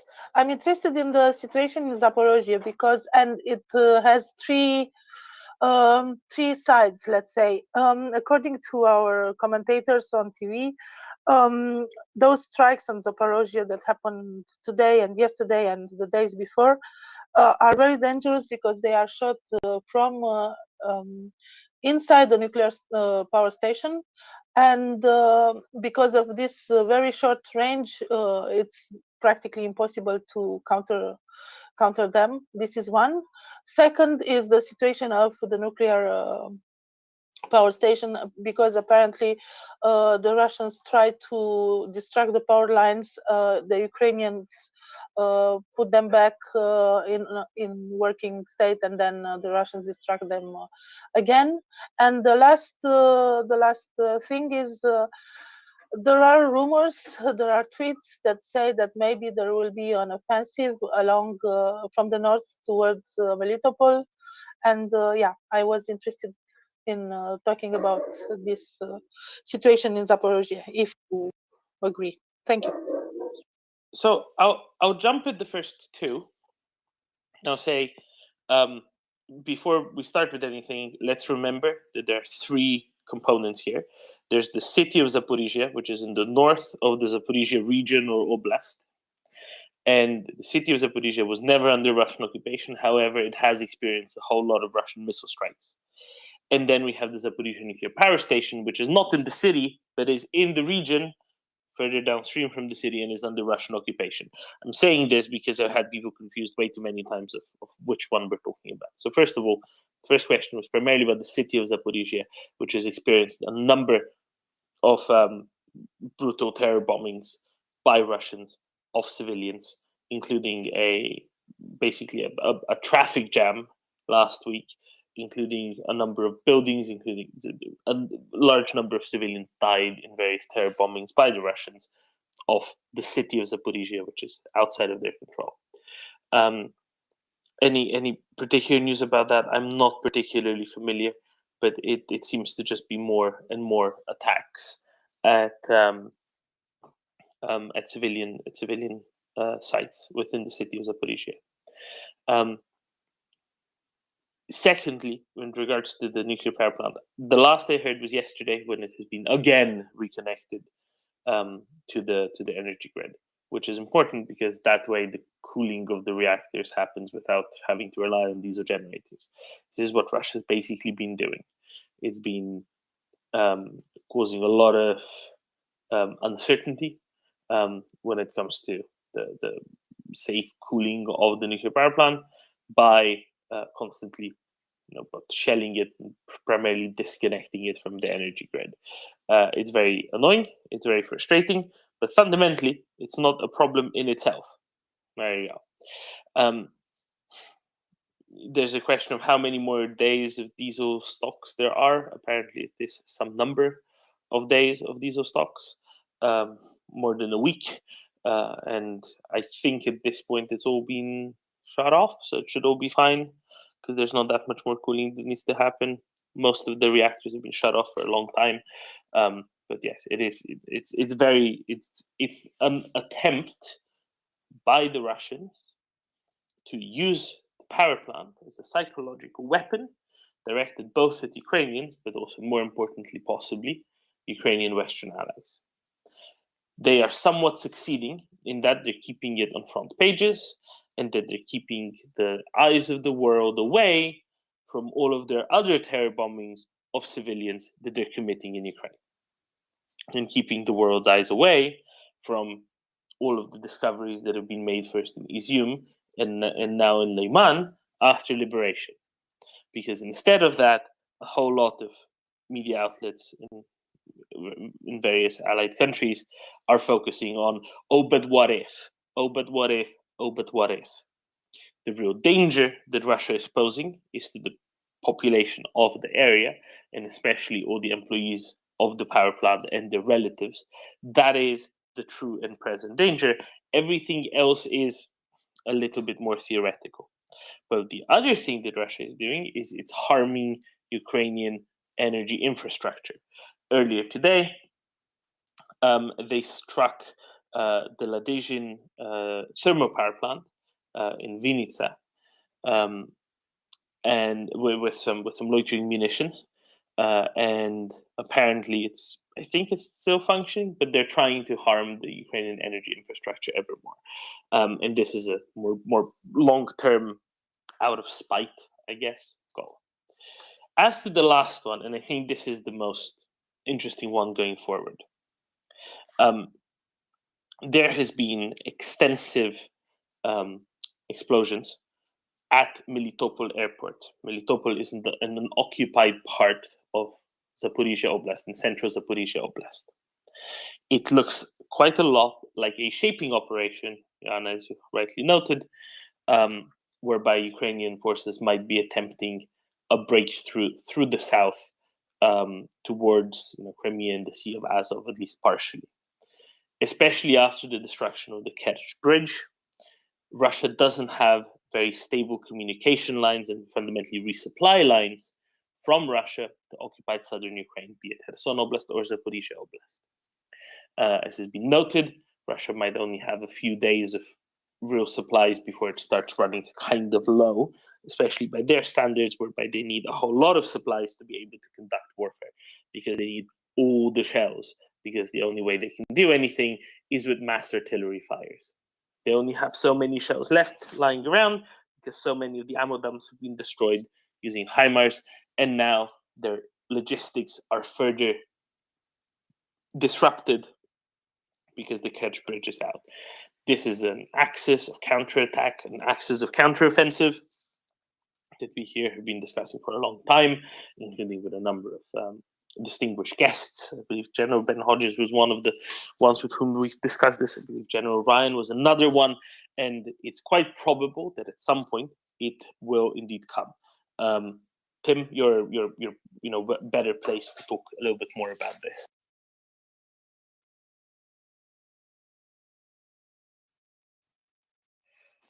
Sorry, Dermot. About what? I was distracted for a moment. Oh, a potential Ukrainian push south from Zaporizhia towards Melitopol and onwards. With all of these blasts at Melitopol airport, with the Kerch Bridge being out now, with Russian logistics being much less capable of resupplying the area, all of that together stinks of one thing.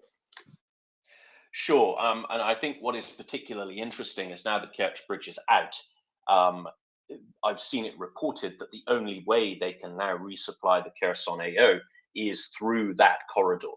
So there is a major trunk road that goes east to west along the southern bit of occupied Ukraine. I can't remember exactly what the road is called, but this is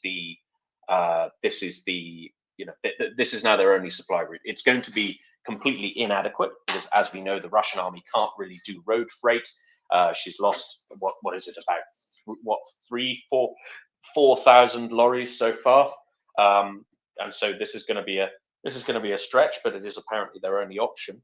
I think it would make a great deal of sense if Ukraine pushed to the coast and just cut that off completely, because then the Kherson Oblast and Crimea itself would be pretty much buggered, right? They'd be totally cut off. So yeah, that would be interesting. Certainly wouldn't surprise me. Whether the capability exists at the moment, whether there's the necessary mass in the Ukrainian armed forces in that particular area coming down from Zaporizhia, don't know. I don't know. I have looked for information on that before. I can't find any information on the disposition of Ukrainian forces in Zaporizhia Oblast, probably for a reason, right? The best of reasons. The best of reasons. Victoria, good morning. Well, it's not morning anymore. Good day. Well, good morning, because it's morning in Washington, where I'm right now. Oh, of course, yes. I knew It there was is something to do with the morning. 6:40 in the morning here. Yeah, I was listening to what you were saying about the overall situation with our energy sector, and I want people to know that unfortunately Russians continue to strike our energy infrastructure today. They continue doing it. They are targeting specifically substations, electricity substations. They're used to deliver electricity to end consumers, like hospitals, like apartment buildings, etc., including in Western Ukraine. And they're using kamikaze drones, air missiles, etc. And it seems like, yes, while losing on the battlefield, Russia is pursuing the strategy of creating, we call it Holodomor, which is making Ukrainian cities unlivable place for as many people as possible. And I'm looking right now at the schedule of basically like blackouts that are scheduled for the cities in different parts of Ukraine, including in Kiev. So Kiev itself, certain parts of Kiev will be without electricity. Almost like half of the day today, and in Lviv, for example, which is located in western part of Ukraine, 30% of the city is without electricity. It was completely without electricity yesterday. And the challenge is not just having electricity itself, but without electricity, the water supply is not possible as well. Sewage systems are not working as well. So it's a path to humanitarian disaster. This is what Russia is pursuing. So this is why, for example, here in Washington, I will advocate for providing Ukraine with the everything that we need to protect our critical infrastructure, including, by the way, also our nuclear power plants. And while you are saying that it's a psychological warfare when it comes to Zaporizhia nuclear power plant and nothing major can happen there, well, the grid that was supplying electricity that is needed to cool the nuclear reactors and the nuclear waste facility, it was damaged again recently. It was restored with the help of our military people.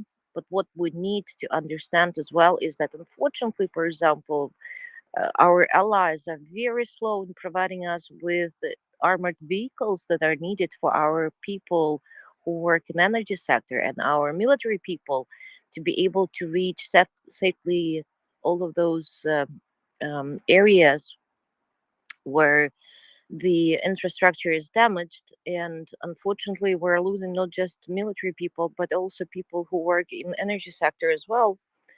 And I'm a bit shocked by the way the West is not really reacting to the challenges that we're facing. And it seems like the West is not, and our allies, they do not realize the magnitude of the challenges that we're facing with the winter coming and Russians targeting our critical infrastructure, energy infrastructure, heat supply infrastructure, gas supply infrastructure. Just for you to understand, in Lviv in particular, over 800,000 people live. In Kiev, it's the city of population of over 3 million people. And without heat, without sewage system, without water supply, those cities are becoming uninhabitable. So to come back to nuclear power stations, it's really vital to protect them from airstrikes that Russians are doing in regards to those nuclear power plants, and not just Zaporizhia, but southern Ukrainian power plant. And unfortunately, risks are still there.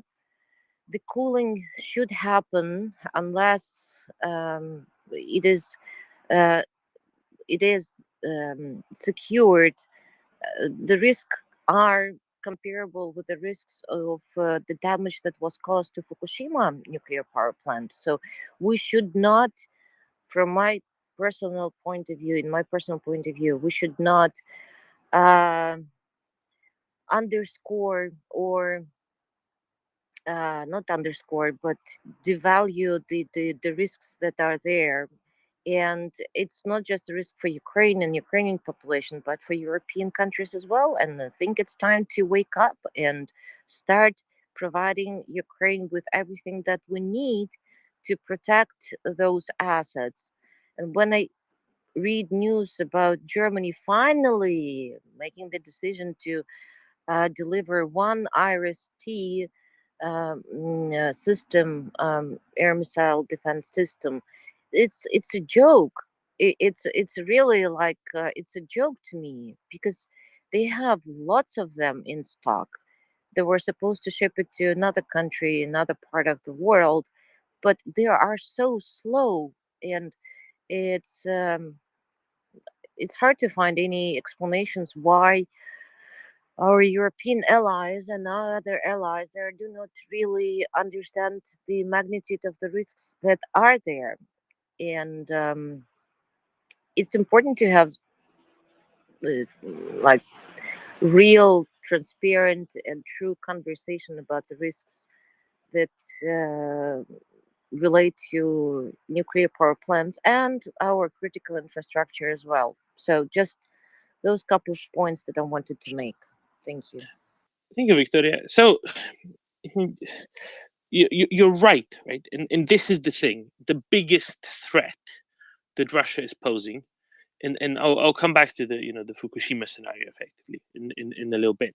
The biggest threat that Russia is posing doing all this is to the energy security of Ukraine, far more than anything else.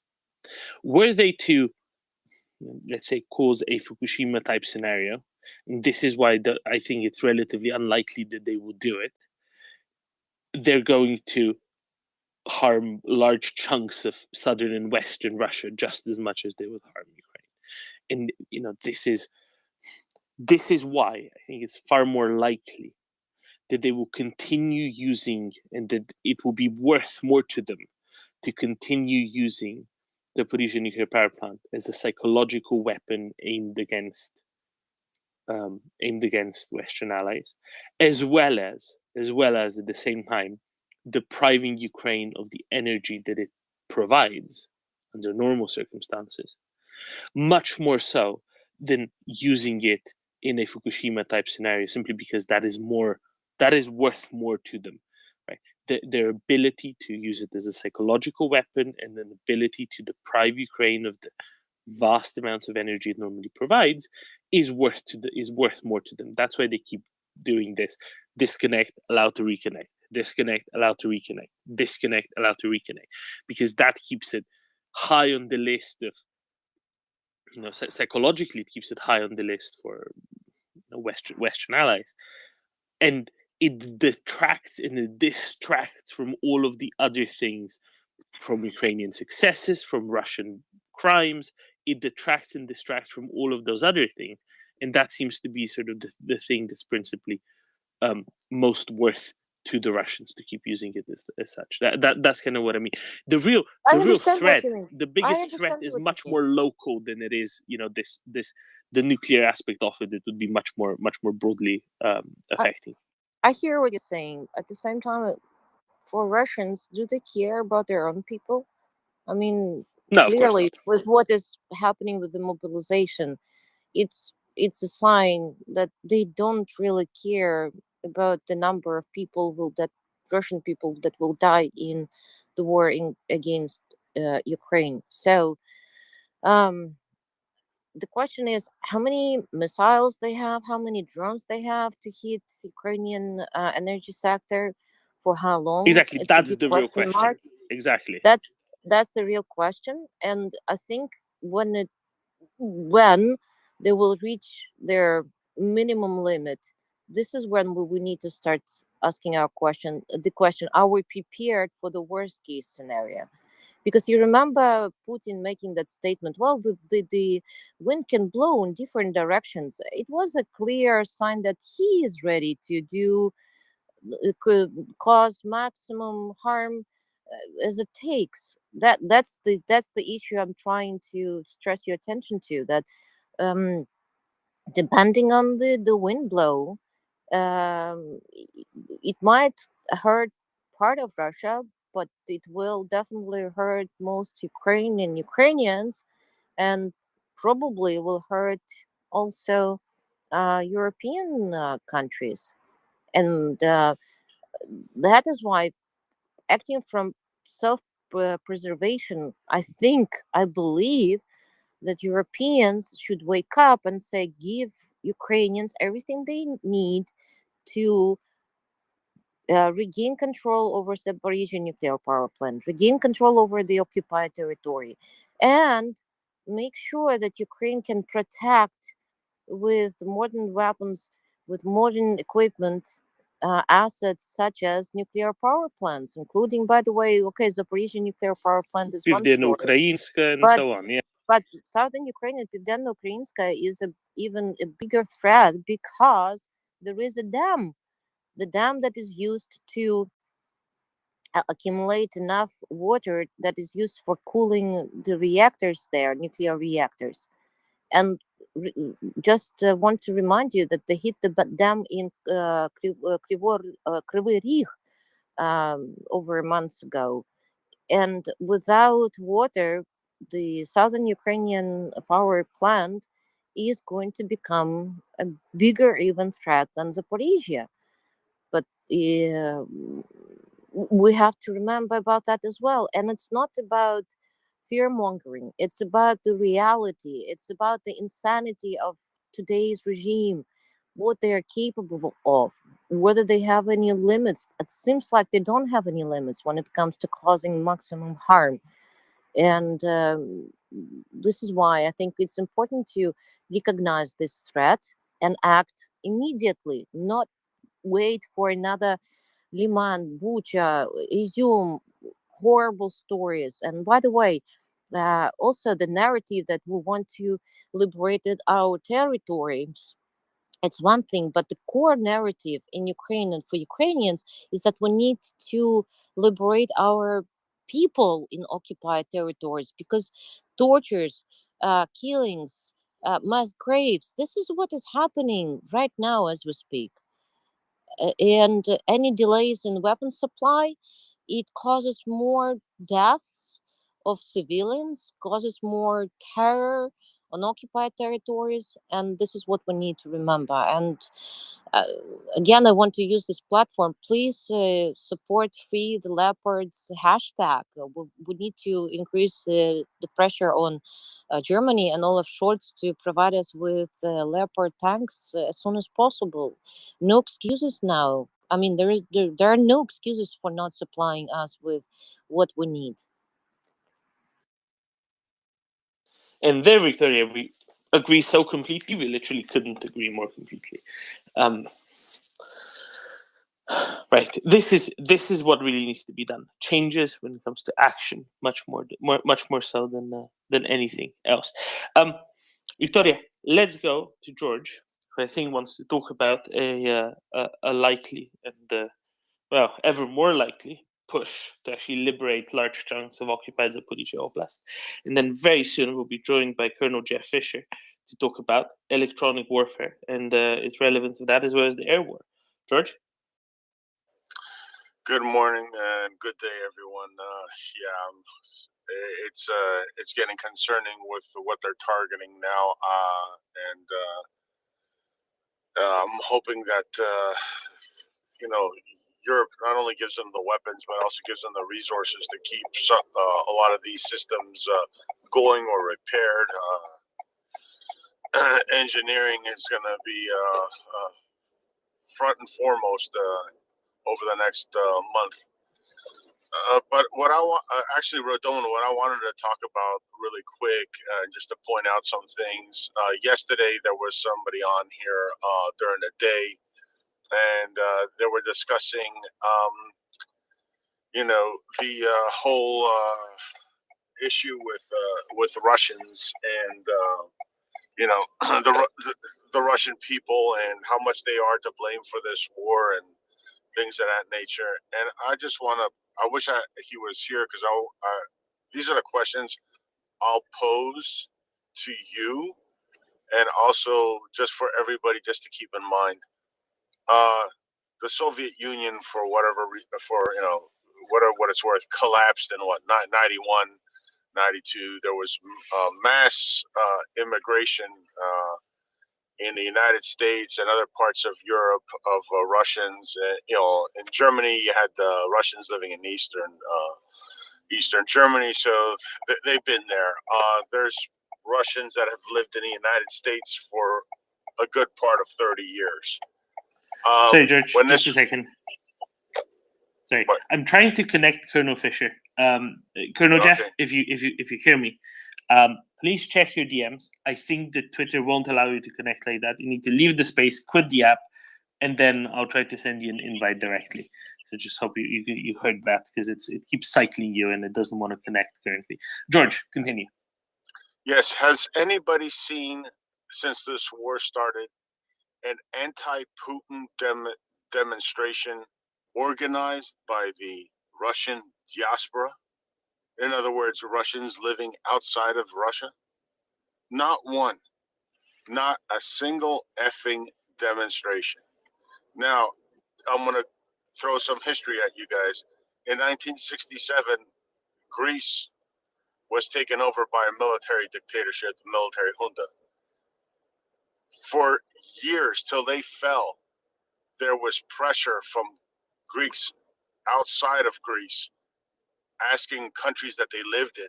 There was demonstrations. There were political pressure, trying to put political pressure on countries not to deal with those animals. You don't see that from the Russians. You don't see one demonstration. I remember I was a young child in 1973. We went to a demonstration in Ottawa. There was like 200,000 Greek people outside the Parliament building in Ottawa. You don't see that from the Russians. So when someone sits there and says, "Oh, we shouldn't treat them all like that. Oh, it's not all Russians, blah blah blah. They just need to be exposed to Western culture," and that's just a crock of crap, because they've been exposed to Western culture for 30 years, and they're still the same mongrel bastards they were when they left Russia. Sorry, that moniker needs to stick till they decide that they actually want to be part of Western culture and get rid of their Neanderthal outtakes on life. Then that moniker needs to stick.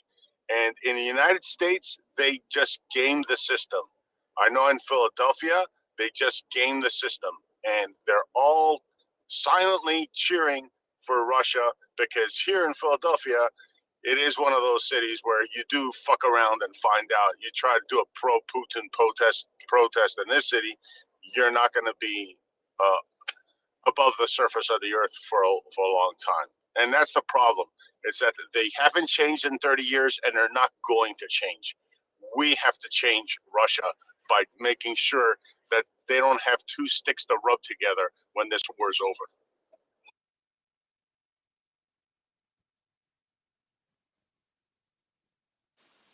Thank you, George. This is kind of what we're arguing for, right? Containment, limiting, preventing more of this in the long run going forward.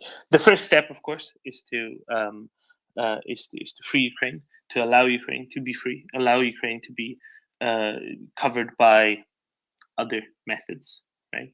And allow Ukraine to be a full-fledged member of NATO after it regains its territorial integrity.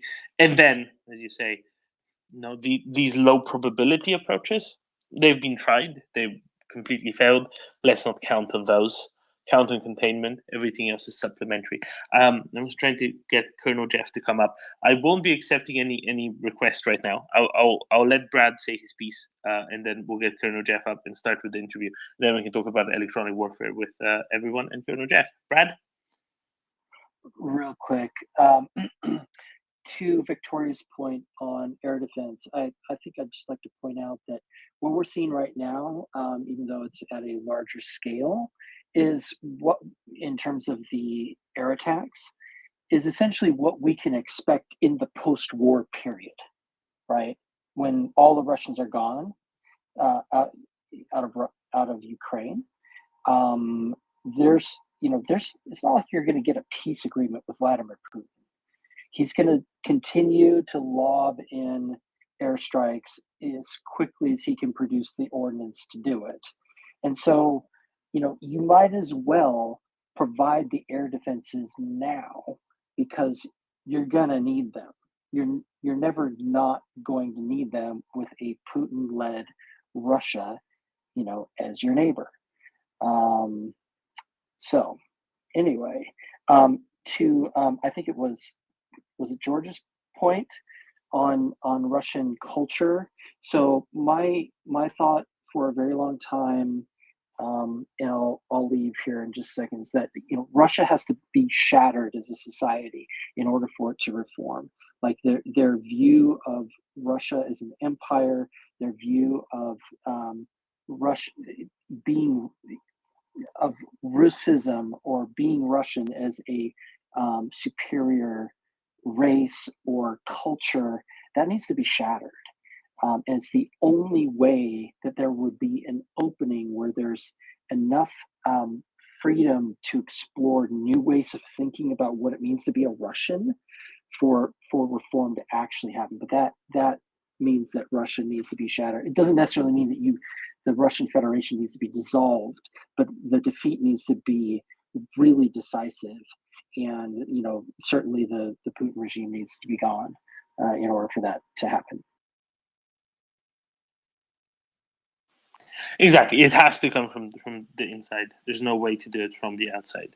Bionade, while we wait for Colonel Jeff to get his technology in order, or please try to go ahead, Bionade. Oh yeah, just wanted to add to the comment with the Russians and the integration problems. I mean, we see it here in Germany also. Yeah, that's sometimes people living in the second or third generation still speaking Russian as their mother language, living here in Germany. And for example, I have a friend from Ukraine.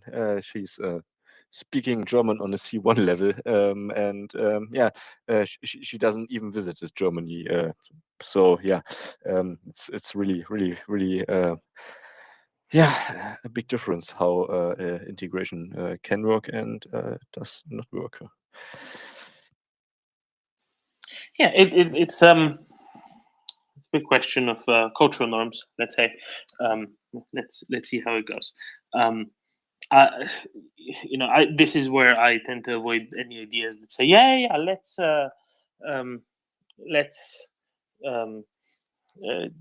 change it from the outside by supporting media and democratic institutions and whatever. So good luck with that. But hundreds of millions of billions of euros were spent on this over the 90s and the 2000s, and to what effect? None. It just got worse. There's no. I mean, is there point in trying? Sure, you can try, but it's kind of a side project at most, right? It's not going to be the thing that you should be relying on. And this is kind of the issue yesterday, and I really don't want to go through with it anymore. Tim, can you take the reins a little bit? I am trying to sort this out with Colonel Fisher at the same time. Absolutely, thank you. So we'll be joined very shortly by Colonel Jeff Fisher, who is a United States Air Force officer, and currently he is military attaché to the U.S. Embassy in Vienna. He has a new book out, Balkan Reprisal, which I assume he will be talking about a little today, as well as general topics. So if you have a question related to aviation, also to electronic warfare, where he is, in which he is also a specialist, please do, once we've got him up and once we've got the technology sorted, please do come up and ask questions. In the meantime, if we have any fairly short-term topics to talk about, please whack your hand up, and we are happy to take questions. Waypoint, welcome up. Yeah, thanks, Tim. Victoria, I was listening to what you were saying, and especially the Zaporizhzhia nuclear power plant. And the thing I was thinking of, how could you possibly, and obviously like NATO stand, how could you possibly try to take it back? With and the only thing I could think of really would be special ops, special forces. But the thing is, you'd need to have air superiority because they didn't need to be backed up by aircraft in the air covering their backs in case obviously the Russians came with any sort of aircraft, and it would be one hell of a tax. So that would be a really, really hard thing to do. It's not TV. That you see like a Rambo type thing. You do have troops that can do that, but I'm not sure if the Ukrainians have the opportunity to do anything like that, because you'd need, I don't know, helicopter gunships, you'd need F-16s, something like that, to just be backing up the special ops troops, dropping them obviously in, because they have to get to it in the first place. It would be extremely difficult task to do. That's the way I see it, and with what I was doing previously, it would be really, really hard. Thank you, Waypoint. And with that, perfect transition to Air Force Matters. We are joined by Colonel Jeff Fisher after a little bit of a spate of technical difficulties. Colonel Fisher, can we hear you? Well, Doman, I'm here. Can you hear me? Yes, loud and clear. Excellent. Thank you. So I would just like to point out at the very beginning of this, if there's any indication that the MriyaReport is having an effect in the battle space, it's the fact that the Russians were jamming the next EW speaker from being able to communicate with people. So congratulations, you guys are doing great. So you're saying it definitely wasn't friendly jamming? No, it wasn't friendly jamming. They were after me. They're after us, evidently. It's amazing. They're onto us.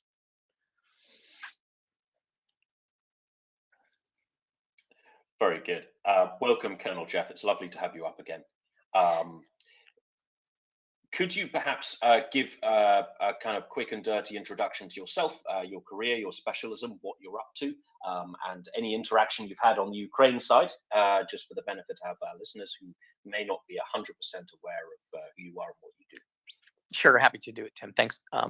So I am a retired United States Air Force colonel. I flew both the 2 electronic attack aircraft in my career. I flew both the EC-130H Compass Call as well as the EA-6B Prowler.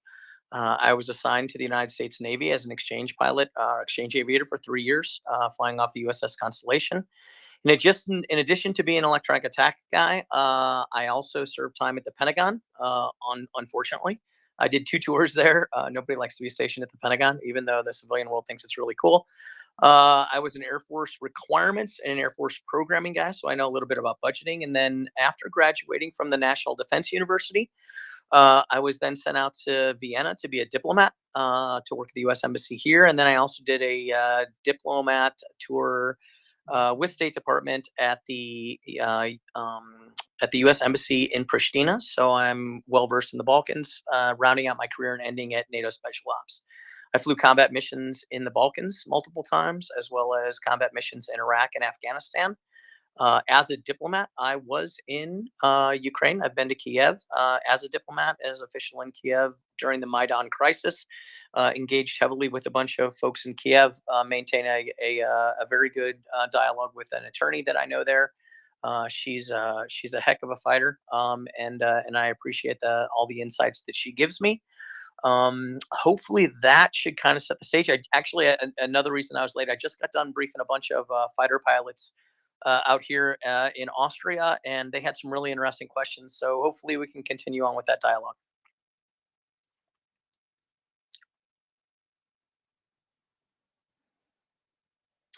Fantastic, thank you. Could you give us a quick talk through? I see our friend Latam is coming up.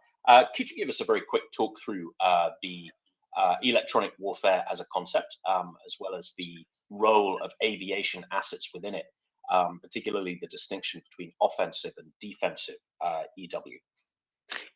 Sure. So the fundamentally electronic warfare, at least in U.S. military doctrine, is broken down into 3 things. There's electronic surveillance, or ES, which is understanding and learning about the electronic spectrum.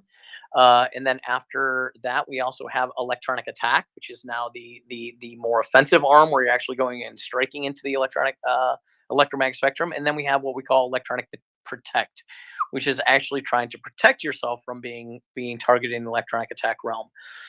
Each one of the branches, air, land, and sea, and space, well, I don't know about space, so I'll leave that one out. But when I left, air, land, and sea all had their own EW systems, what I would point out is the Army, just from a physics perspective, always seems to be a little bit more hampered and challenged in the electronic realm, because to effectively perform electronic attack, you need to maintain line of sight on the victim receiver that you're going after. And ground-based electronic attack systems have limited level of line of sight.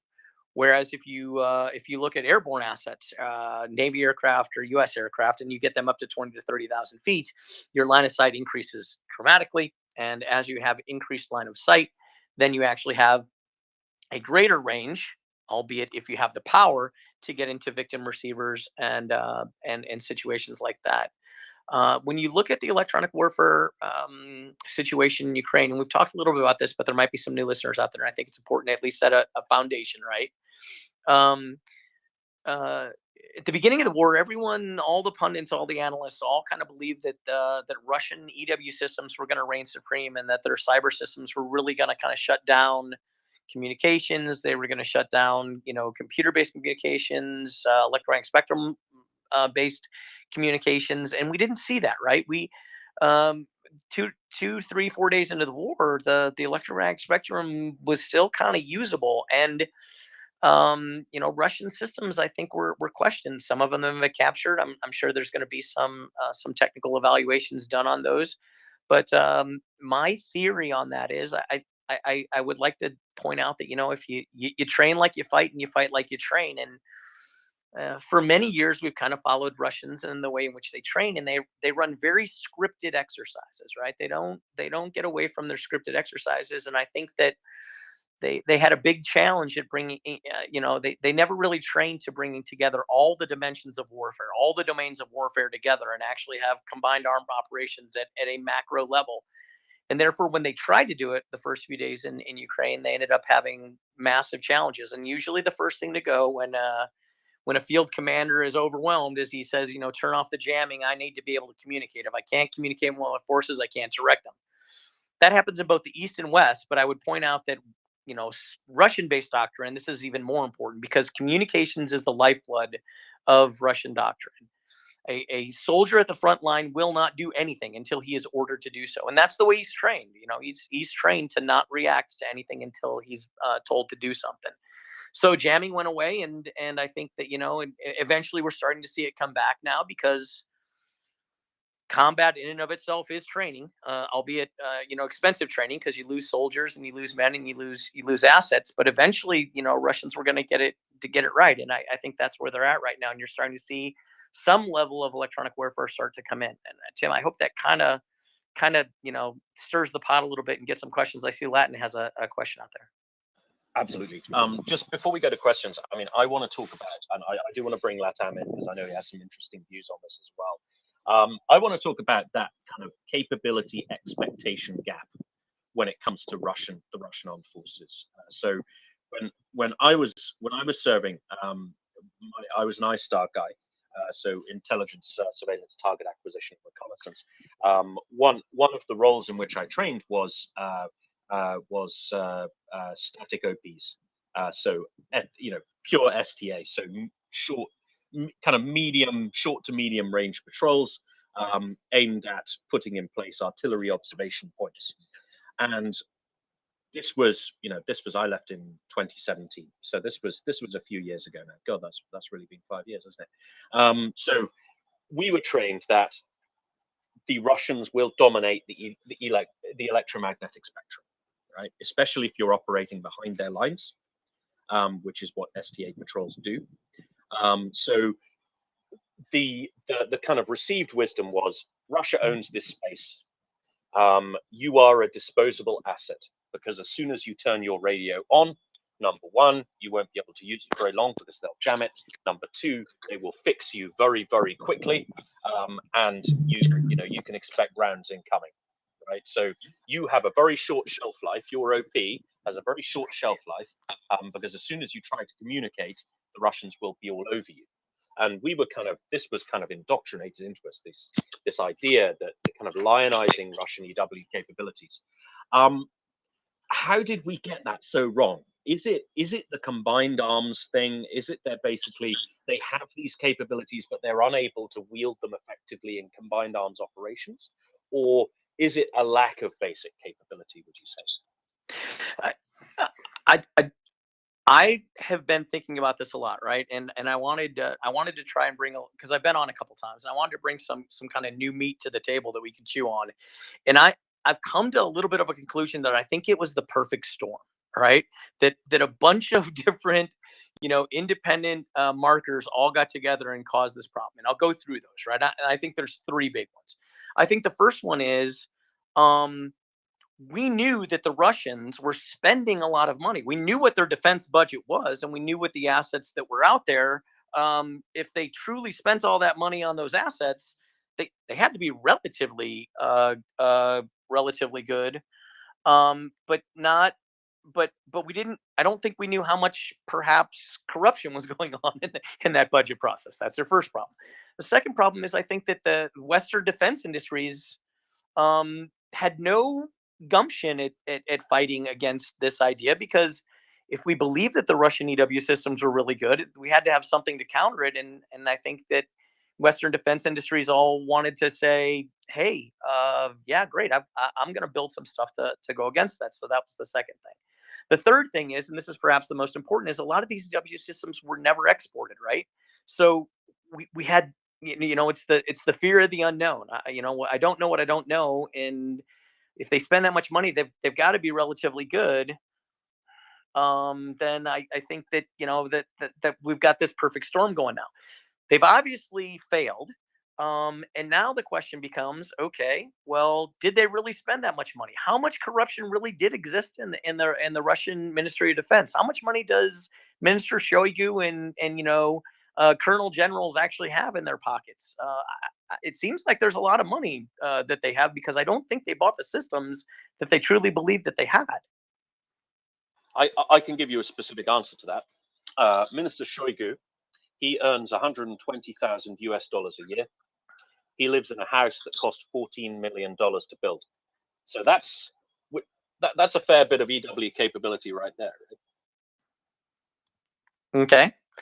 Yeah, that I would say that's probably a little bit more than just EW. That's probably counter air offensive air. That's naval warfare. There's a lot going on right there. And the other one, just to jump into something that General Pekka Toveri brought up last time he was with us, he said, his armor. So he was very interested in looking at the various camouflage netting for tanks. And he said that since the start of the Russian invasion, because he's seen these at military fairs, at army fairs that Russia was selling to other countries, saying, oh, we have this fancy netting of some sorts. And he said that he's been looking at every tank, every picture, video of every Russian tank since the start of the invasion of Ukraine, and he just hasn't seen any yet. So, they probably made about 20, showed them off at trade fairs, and then the money that they spent on ordering the other 20,000 went into yachts and bricks and mortar as well. Sure, and if Putin and his leadership truly never intended to fight the West, as long as they looked like the paper tiger, as long as no one checked to see if it was paper, they were fine, right? And who would ever come close enough to actually poke at it and see what material it was? Correct. Yeah, exactly.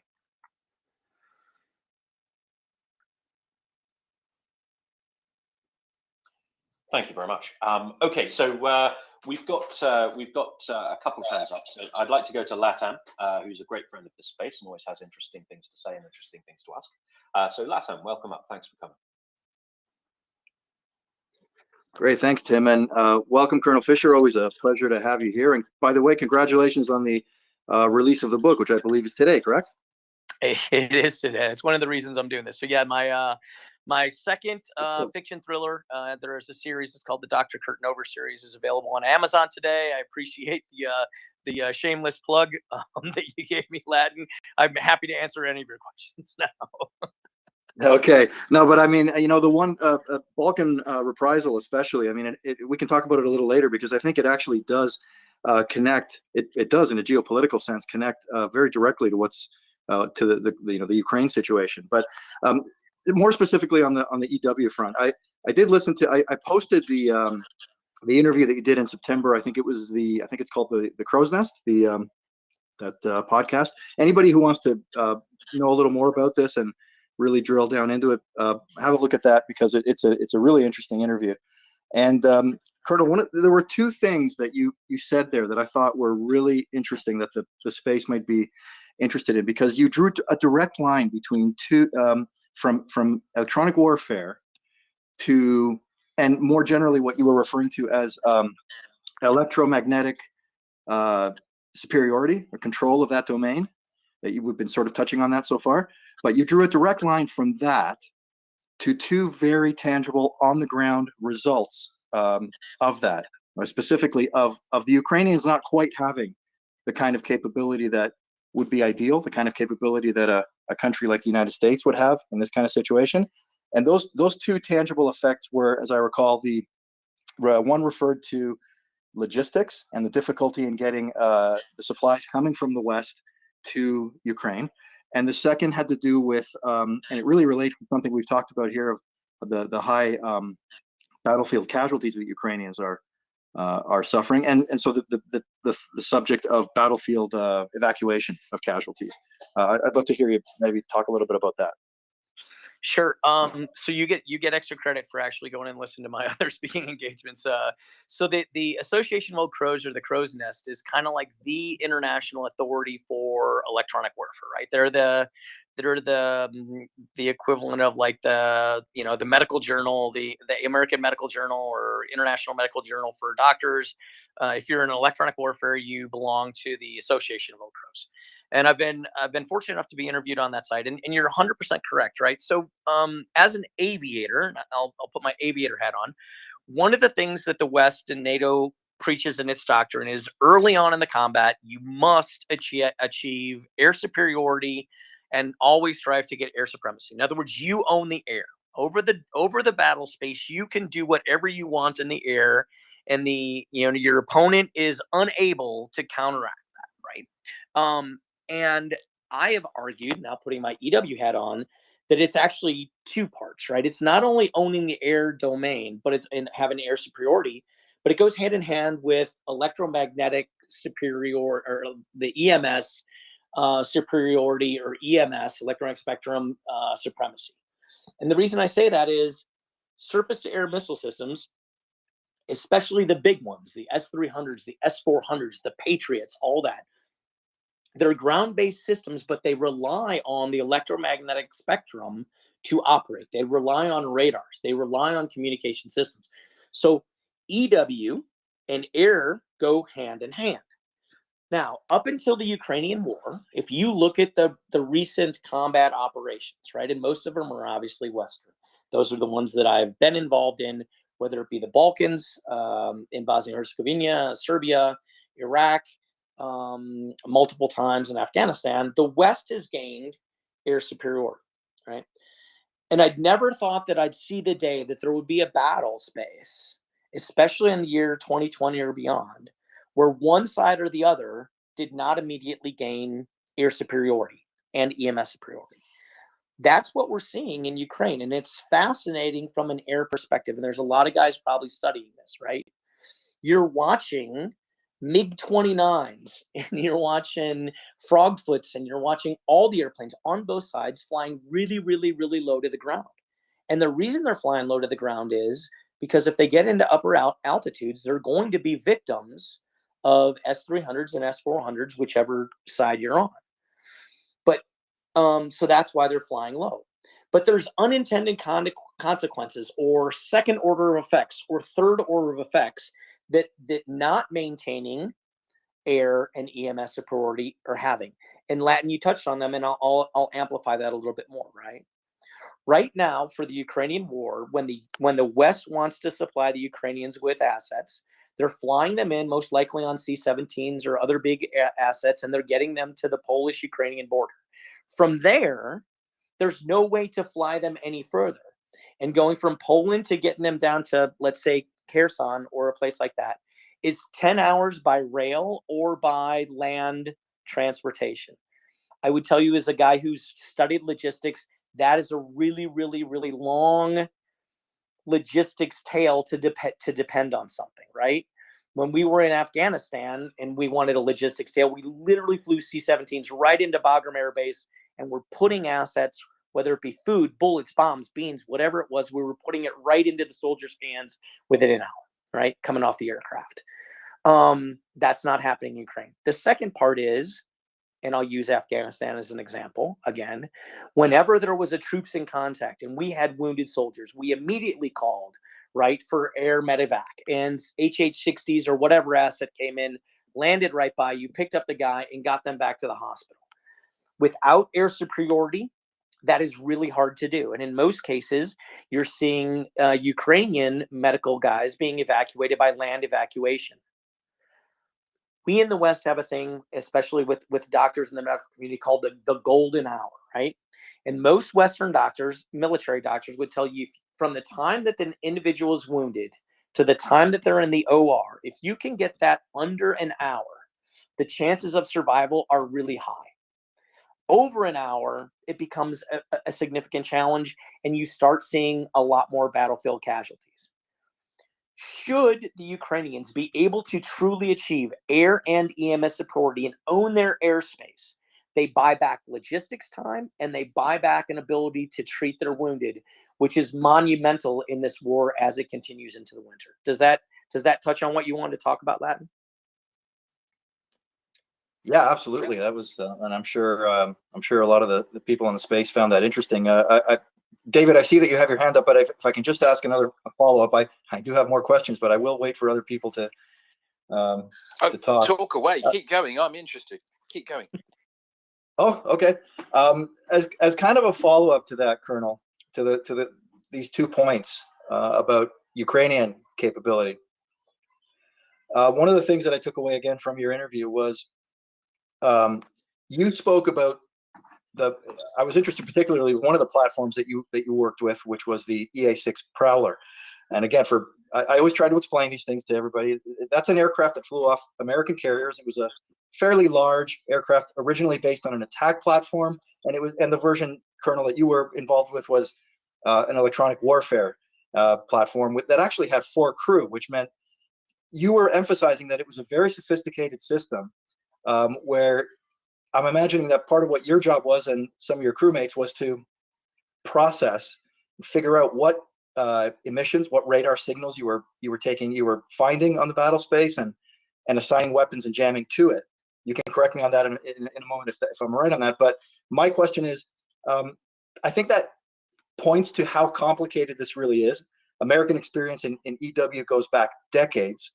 And if Ukraine really is looking at being in a situation where there will be probably a long-term threat from Russia, they're going to have to acquire some of these capabilities. And how easy? That's a stupid question. How long will it take? It will take a long time. It's going to take a lot of cooperation. What do you see there? Yeah, so you're spot on the weapon system, right? So the original A6 Intruder, the Navy came up with a great idea to actually stretch it from a 2 crew person to a 4 crew person aircraft. So they put in a second cockpit for 2 people. So if you want to talk in Navy speak, the nickname for the A6 was the Ugly, because it's not the most attractive airplane. And then the nickname for the Prowler became the Double Ugly, or the family model, because it looked like a station wagon with the whole family getting in the aircraft. But yeah, so the guys in the back would process and work the electromagnetic spectrum. The pilot would obviously fly the airplane up front, and then the other guy in the front, he was also an electronic warfare officer, an ECMO in Navy terms, and his job was actually to talk on the radios, do navigation, and he was also responsible for targeting with the high-speed anti-radiation missile, or the HARM missile, the AGM-88. The EC-130H compass call, right? I mean, you can imagine you're putting a counter communications capability onto a C-130. This is not inexpensive. This was a really, really, really expensive project. It was actually classified for a very long time under what was called the Big Safari program. And then when it came out, it had some amazing effects. Now, we only built 14 airplanes originally, so that's not a big fleet. But the whole concept of building this, that General Creech, who was the guy who ordered it, was Russian military doctrine is centralized command, centralized control. We talked a little about that earlier, right? That soldiers won't do anything until they receive orders.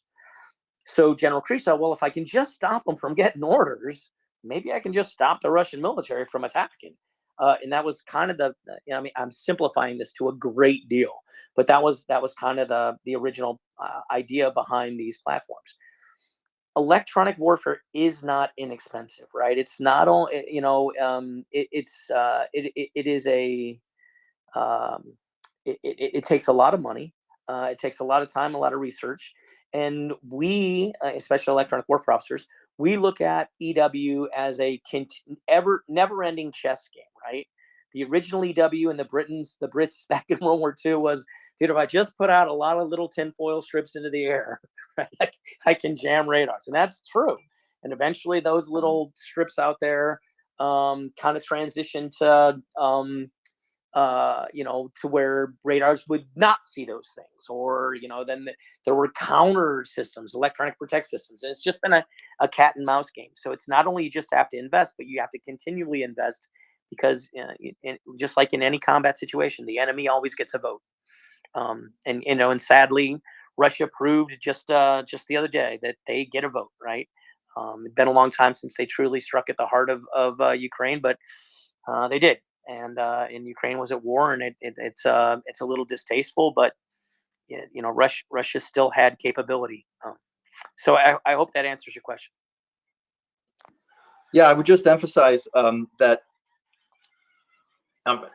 for the people listening on the space, that Ukraine, in terms of systems and platforms, so aircraft, for example, to carry all these systems, they have nothing in place, even out of service, even close to the. So this opens up real questions about future NATO cooperation and maybe even NATO membership, because that's exactly the idea of an alliance like that, right? Is that the larger countries like the US that have these capabilities can help out the smaller countries, and in this case, a country whose economy will be devastated by this, with these kind of very expensive, complex capabilities, right? True, and it's not just EW. We can go to things that are a little bit probably more tangential or easier to touch for the listeners, and that is the United States Air Force's E-3 AWACS, right? The big airplane that's got the dome that spins around, that does airborne command and control. Well, that's also a really, really expensive airplane, but it does a lot of really good stuff, and it does such good stuff that NATO got together and they said, hey, let's do a collective effort, right? Collective defense, and we get NATO AWACSs, and NATO does have AWACSs. It's collected between all NATO nations, and they're bedded down in Geilkirchen, in Germany, but no nation in and of itself had truly had the ability to buy their own airborne early warning, command and control kind of structures, right? These are really expensive airplanes. The United States is very blessed that it has, a very, very large GDP, and we spend a lot of money on defense, and there's a lot of nations out there that think we're crazy and we're foolish and we're running up debts. That's perhaps a debate for another time, but we're spending a lot of money on these assets. Thank you. Okay, Doman and Tim, I have more questions, but I'll let some other people talk for a bit. Yeah, I just want to interject with a little bit of a request for a little bit of an explanation, because I've been getting some messages that people just want to understand in more concrete terms some of the ranges, and then go to John and David, and then we'll go back to you, Latin. Colonel, earlier you said how important it is to control the air because the added elevation. If you can fly your AWACS at however many tens of thousands of feet, that gives you a lot more range because physics. Could you please give a little bit of an explanation? How far can you see if you're standing on a flat plane? How far can you see if you are up in the air? What difference that makes for your, say, air defenses? So it's a little bit more tangible, and then we'll go to John. Sure. That's a great question, and perhaps I brushed over too fast. I'll make it really easy, right? So in your car, you have an FM radio, right? Or an AM radio, and as you drive away from a radio station that has its transmitter most likely 50 to 100 to 200 feet up in the air, as you get away from that, let's say 30, 40 miles, you kind of lose that radio station. Understandable, right? So that's kind of the concept with line of sight from the ground.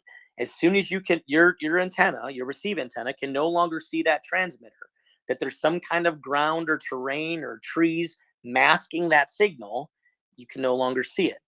When you look at air, if people have flown on commercial airplanes and the pilots up front, actually, sometimes the pilots will turn on their air traffic control radio so you can listen, right? And as you do that, right, you can be flying over a place 200 miles away, and yet, as an example, in the United States, you can be under Boston control and be, almost 200, 300 miles out in the water, and Boston control can still see you and communicate with you because you're at 30,000 feet. Those are, and I'm not even using military terms in this, right? Because these are all unclassified. You can look at a given map that are available by the FAA or by ICAO, which is Europe, right, to see what centers control what airspace. And usually when you drop a pin right in the middle of these, there's some level of a ground-based radar that's doing air surveillance. It's a big radar that spins around and looks up into the air, but these things can look out, hundreds of miles and see things, as long as they have the power, and power matters, right? You've got to have a lot of power to get that signal all the way out to touch the metal of the airplane that you're trying to track on, and then get that signal to bounce off that aircraft and come all the way back down into your antenna to create a track. So when you're on a flat plane looking at something else that's on the same flat plane, obviously the curvature of the Earth, and no, the Earth is not flat. If you're listening to us and you think the Earth is flat, tough. How far can you see? So I'm going to give you a generality, right? Because there's a lot of things that matter in that, right? Weather and atmospherics play a part in how far you can see on any given day, and if the weather and the atmospheres change. The terrain actually plays a part, right? On the ground with just my little antenna in the middle of the desert, even if the desert is flat, I can see farther in that than I can in a place where there's foliage, because wood eats electromagnetic signal horribly. For some reason, operating in forests is really, really, really hard.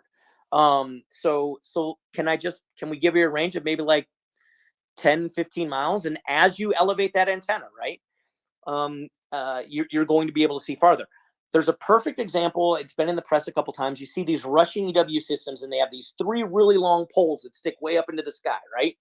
The reason those poles stick up into the sky and act as wonderful target indicators for other guys on the ground, they're like, oh, the Russians are right there, is because they have to elevate the transmitter to be able to get out farther.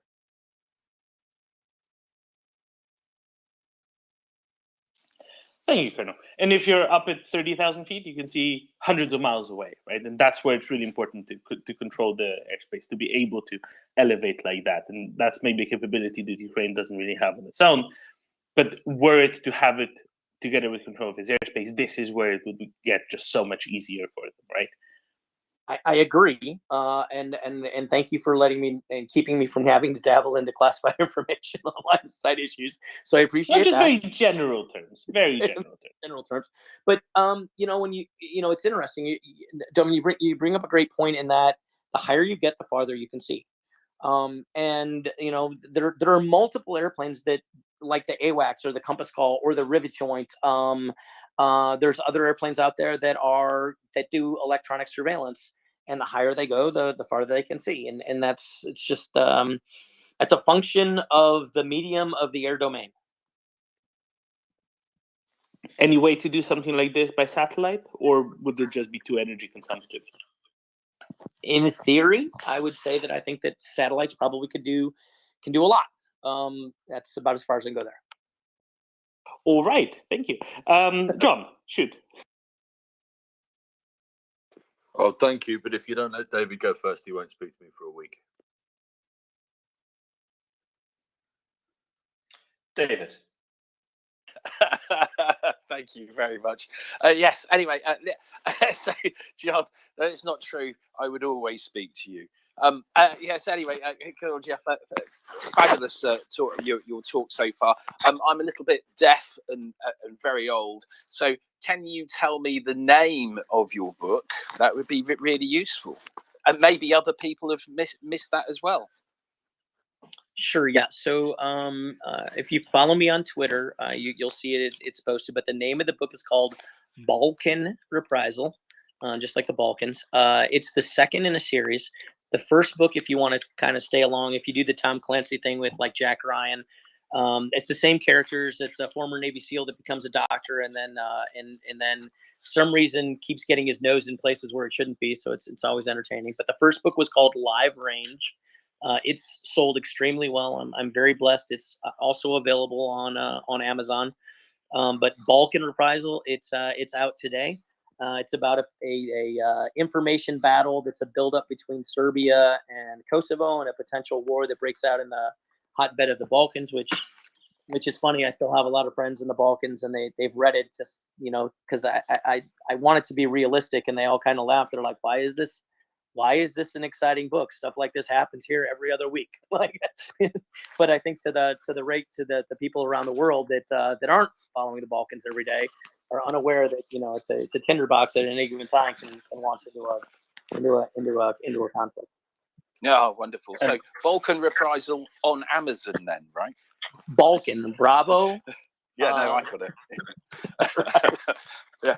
Anyway, listen, I want to circle back to something you said a little bit earlier, because I'm very interested in why we were so poorly informed, really. So it sounded, and I don't want to put words in your mouth, it sounded a little bit like saying that the sort of military had been caught up in some sort of dogma that the Russians were doing X, Y, and Z, and no one really tested that theory. Have you any idea as to why that was the case? Well, I don't know why, but I mean, I always enjoy speculating, David. Speculation. We speculate love away with you. When Serbia or Iraq had weapons, those nations were, I wouldn't say easy, but they were easier to get into with, if you were a nation that wanted to do clandestine operations. Plus, these nations were actually turning on their transmitters. They were using them. They, you could have assets that were flying along up at altitude that might be able to collect on those, right? That happens. Russia didn't seem to want to turn a lot of their stuff on. There were press reports about it, and Russian press reports in almost any field aren't necessarily the most honest. So it's not shocking that these press reports might have inflated the capabilities. I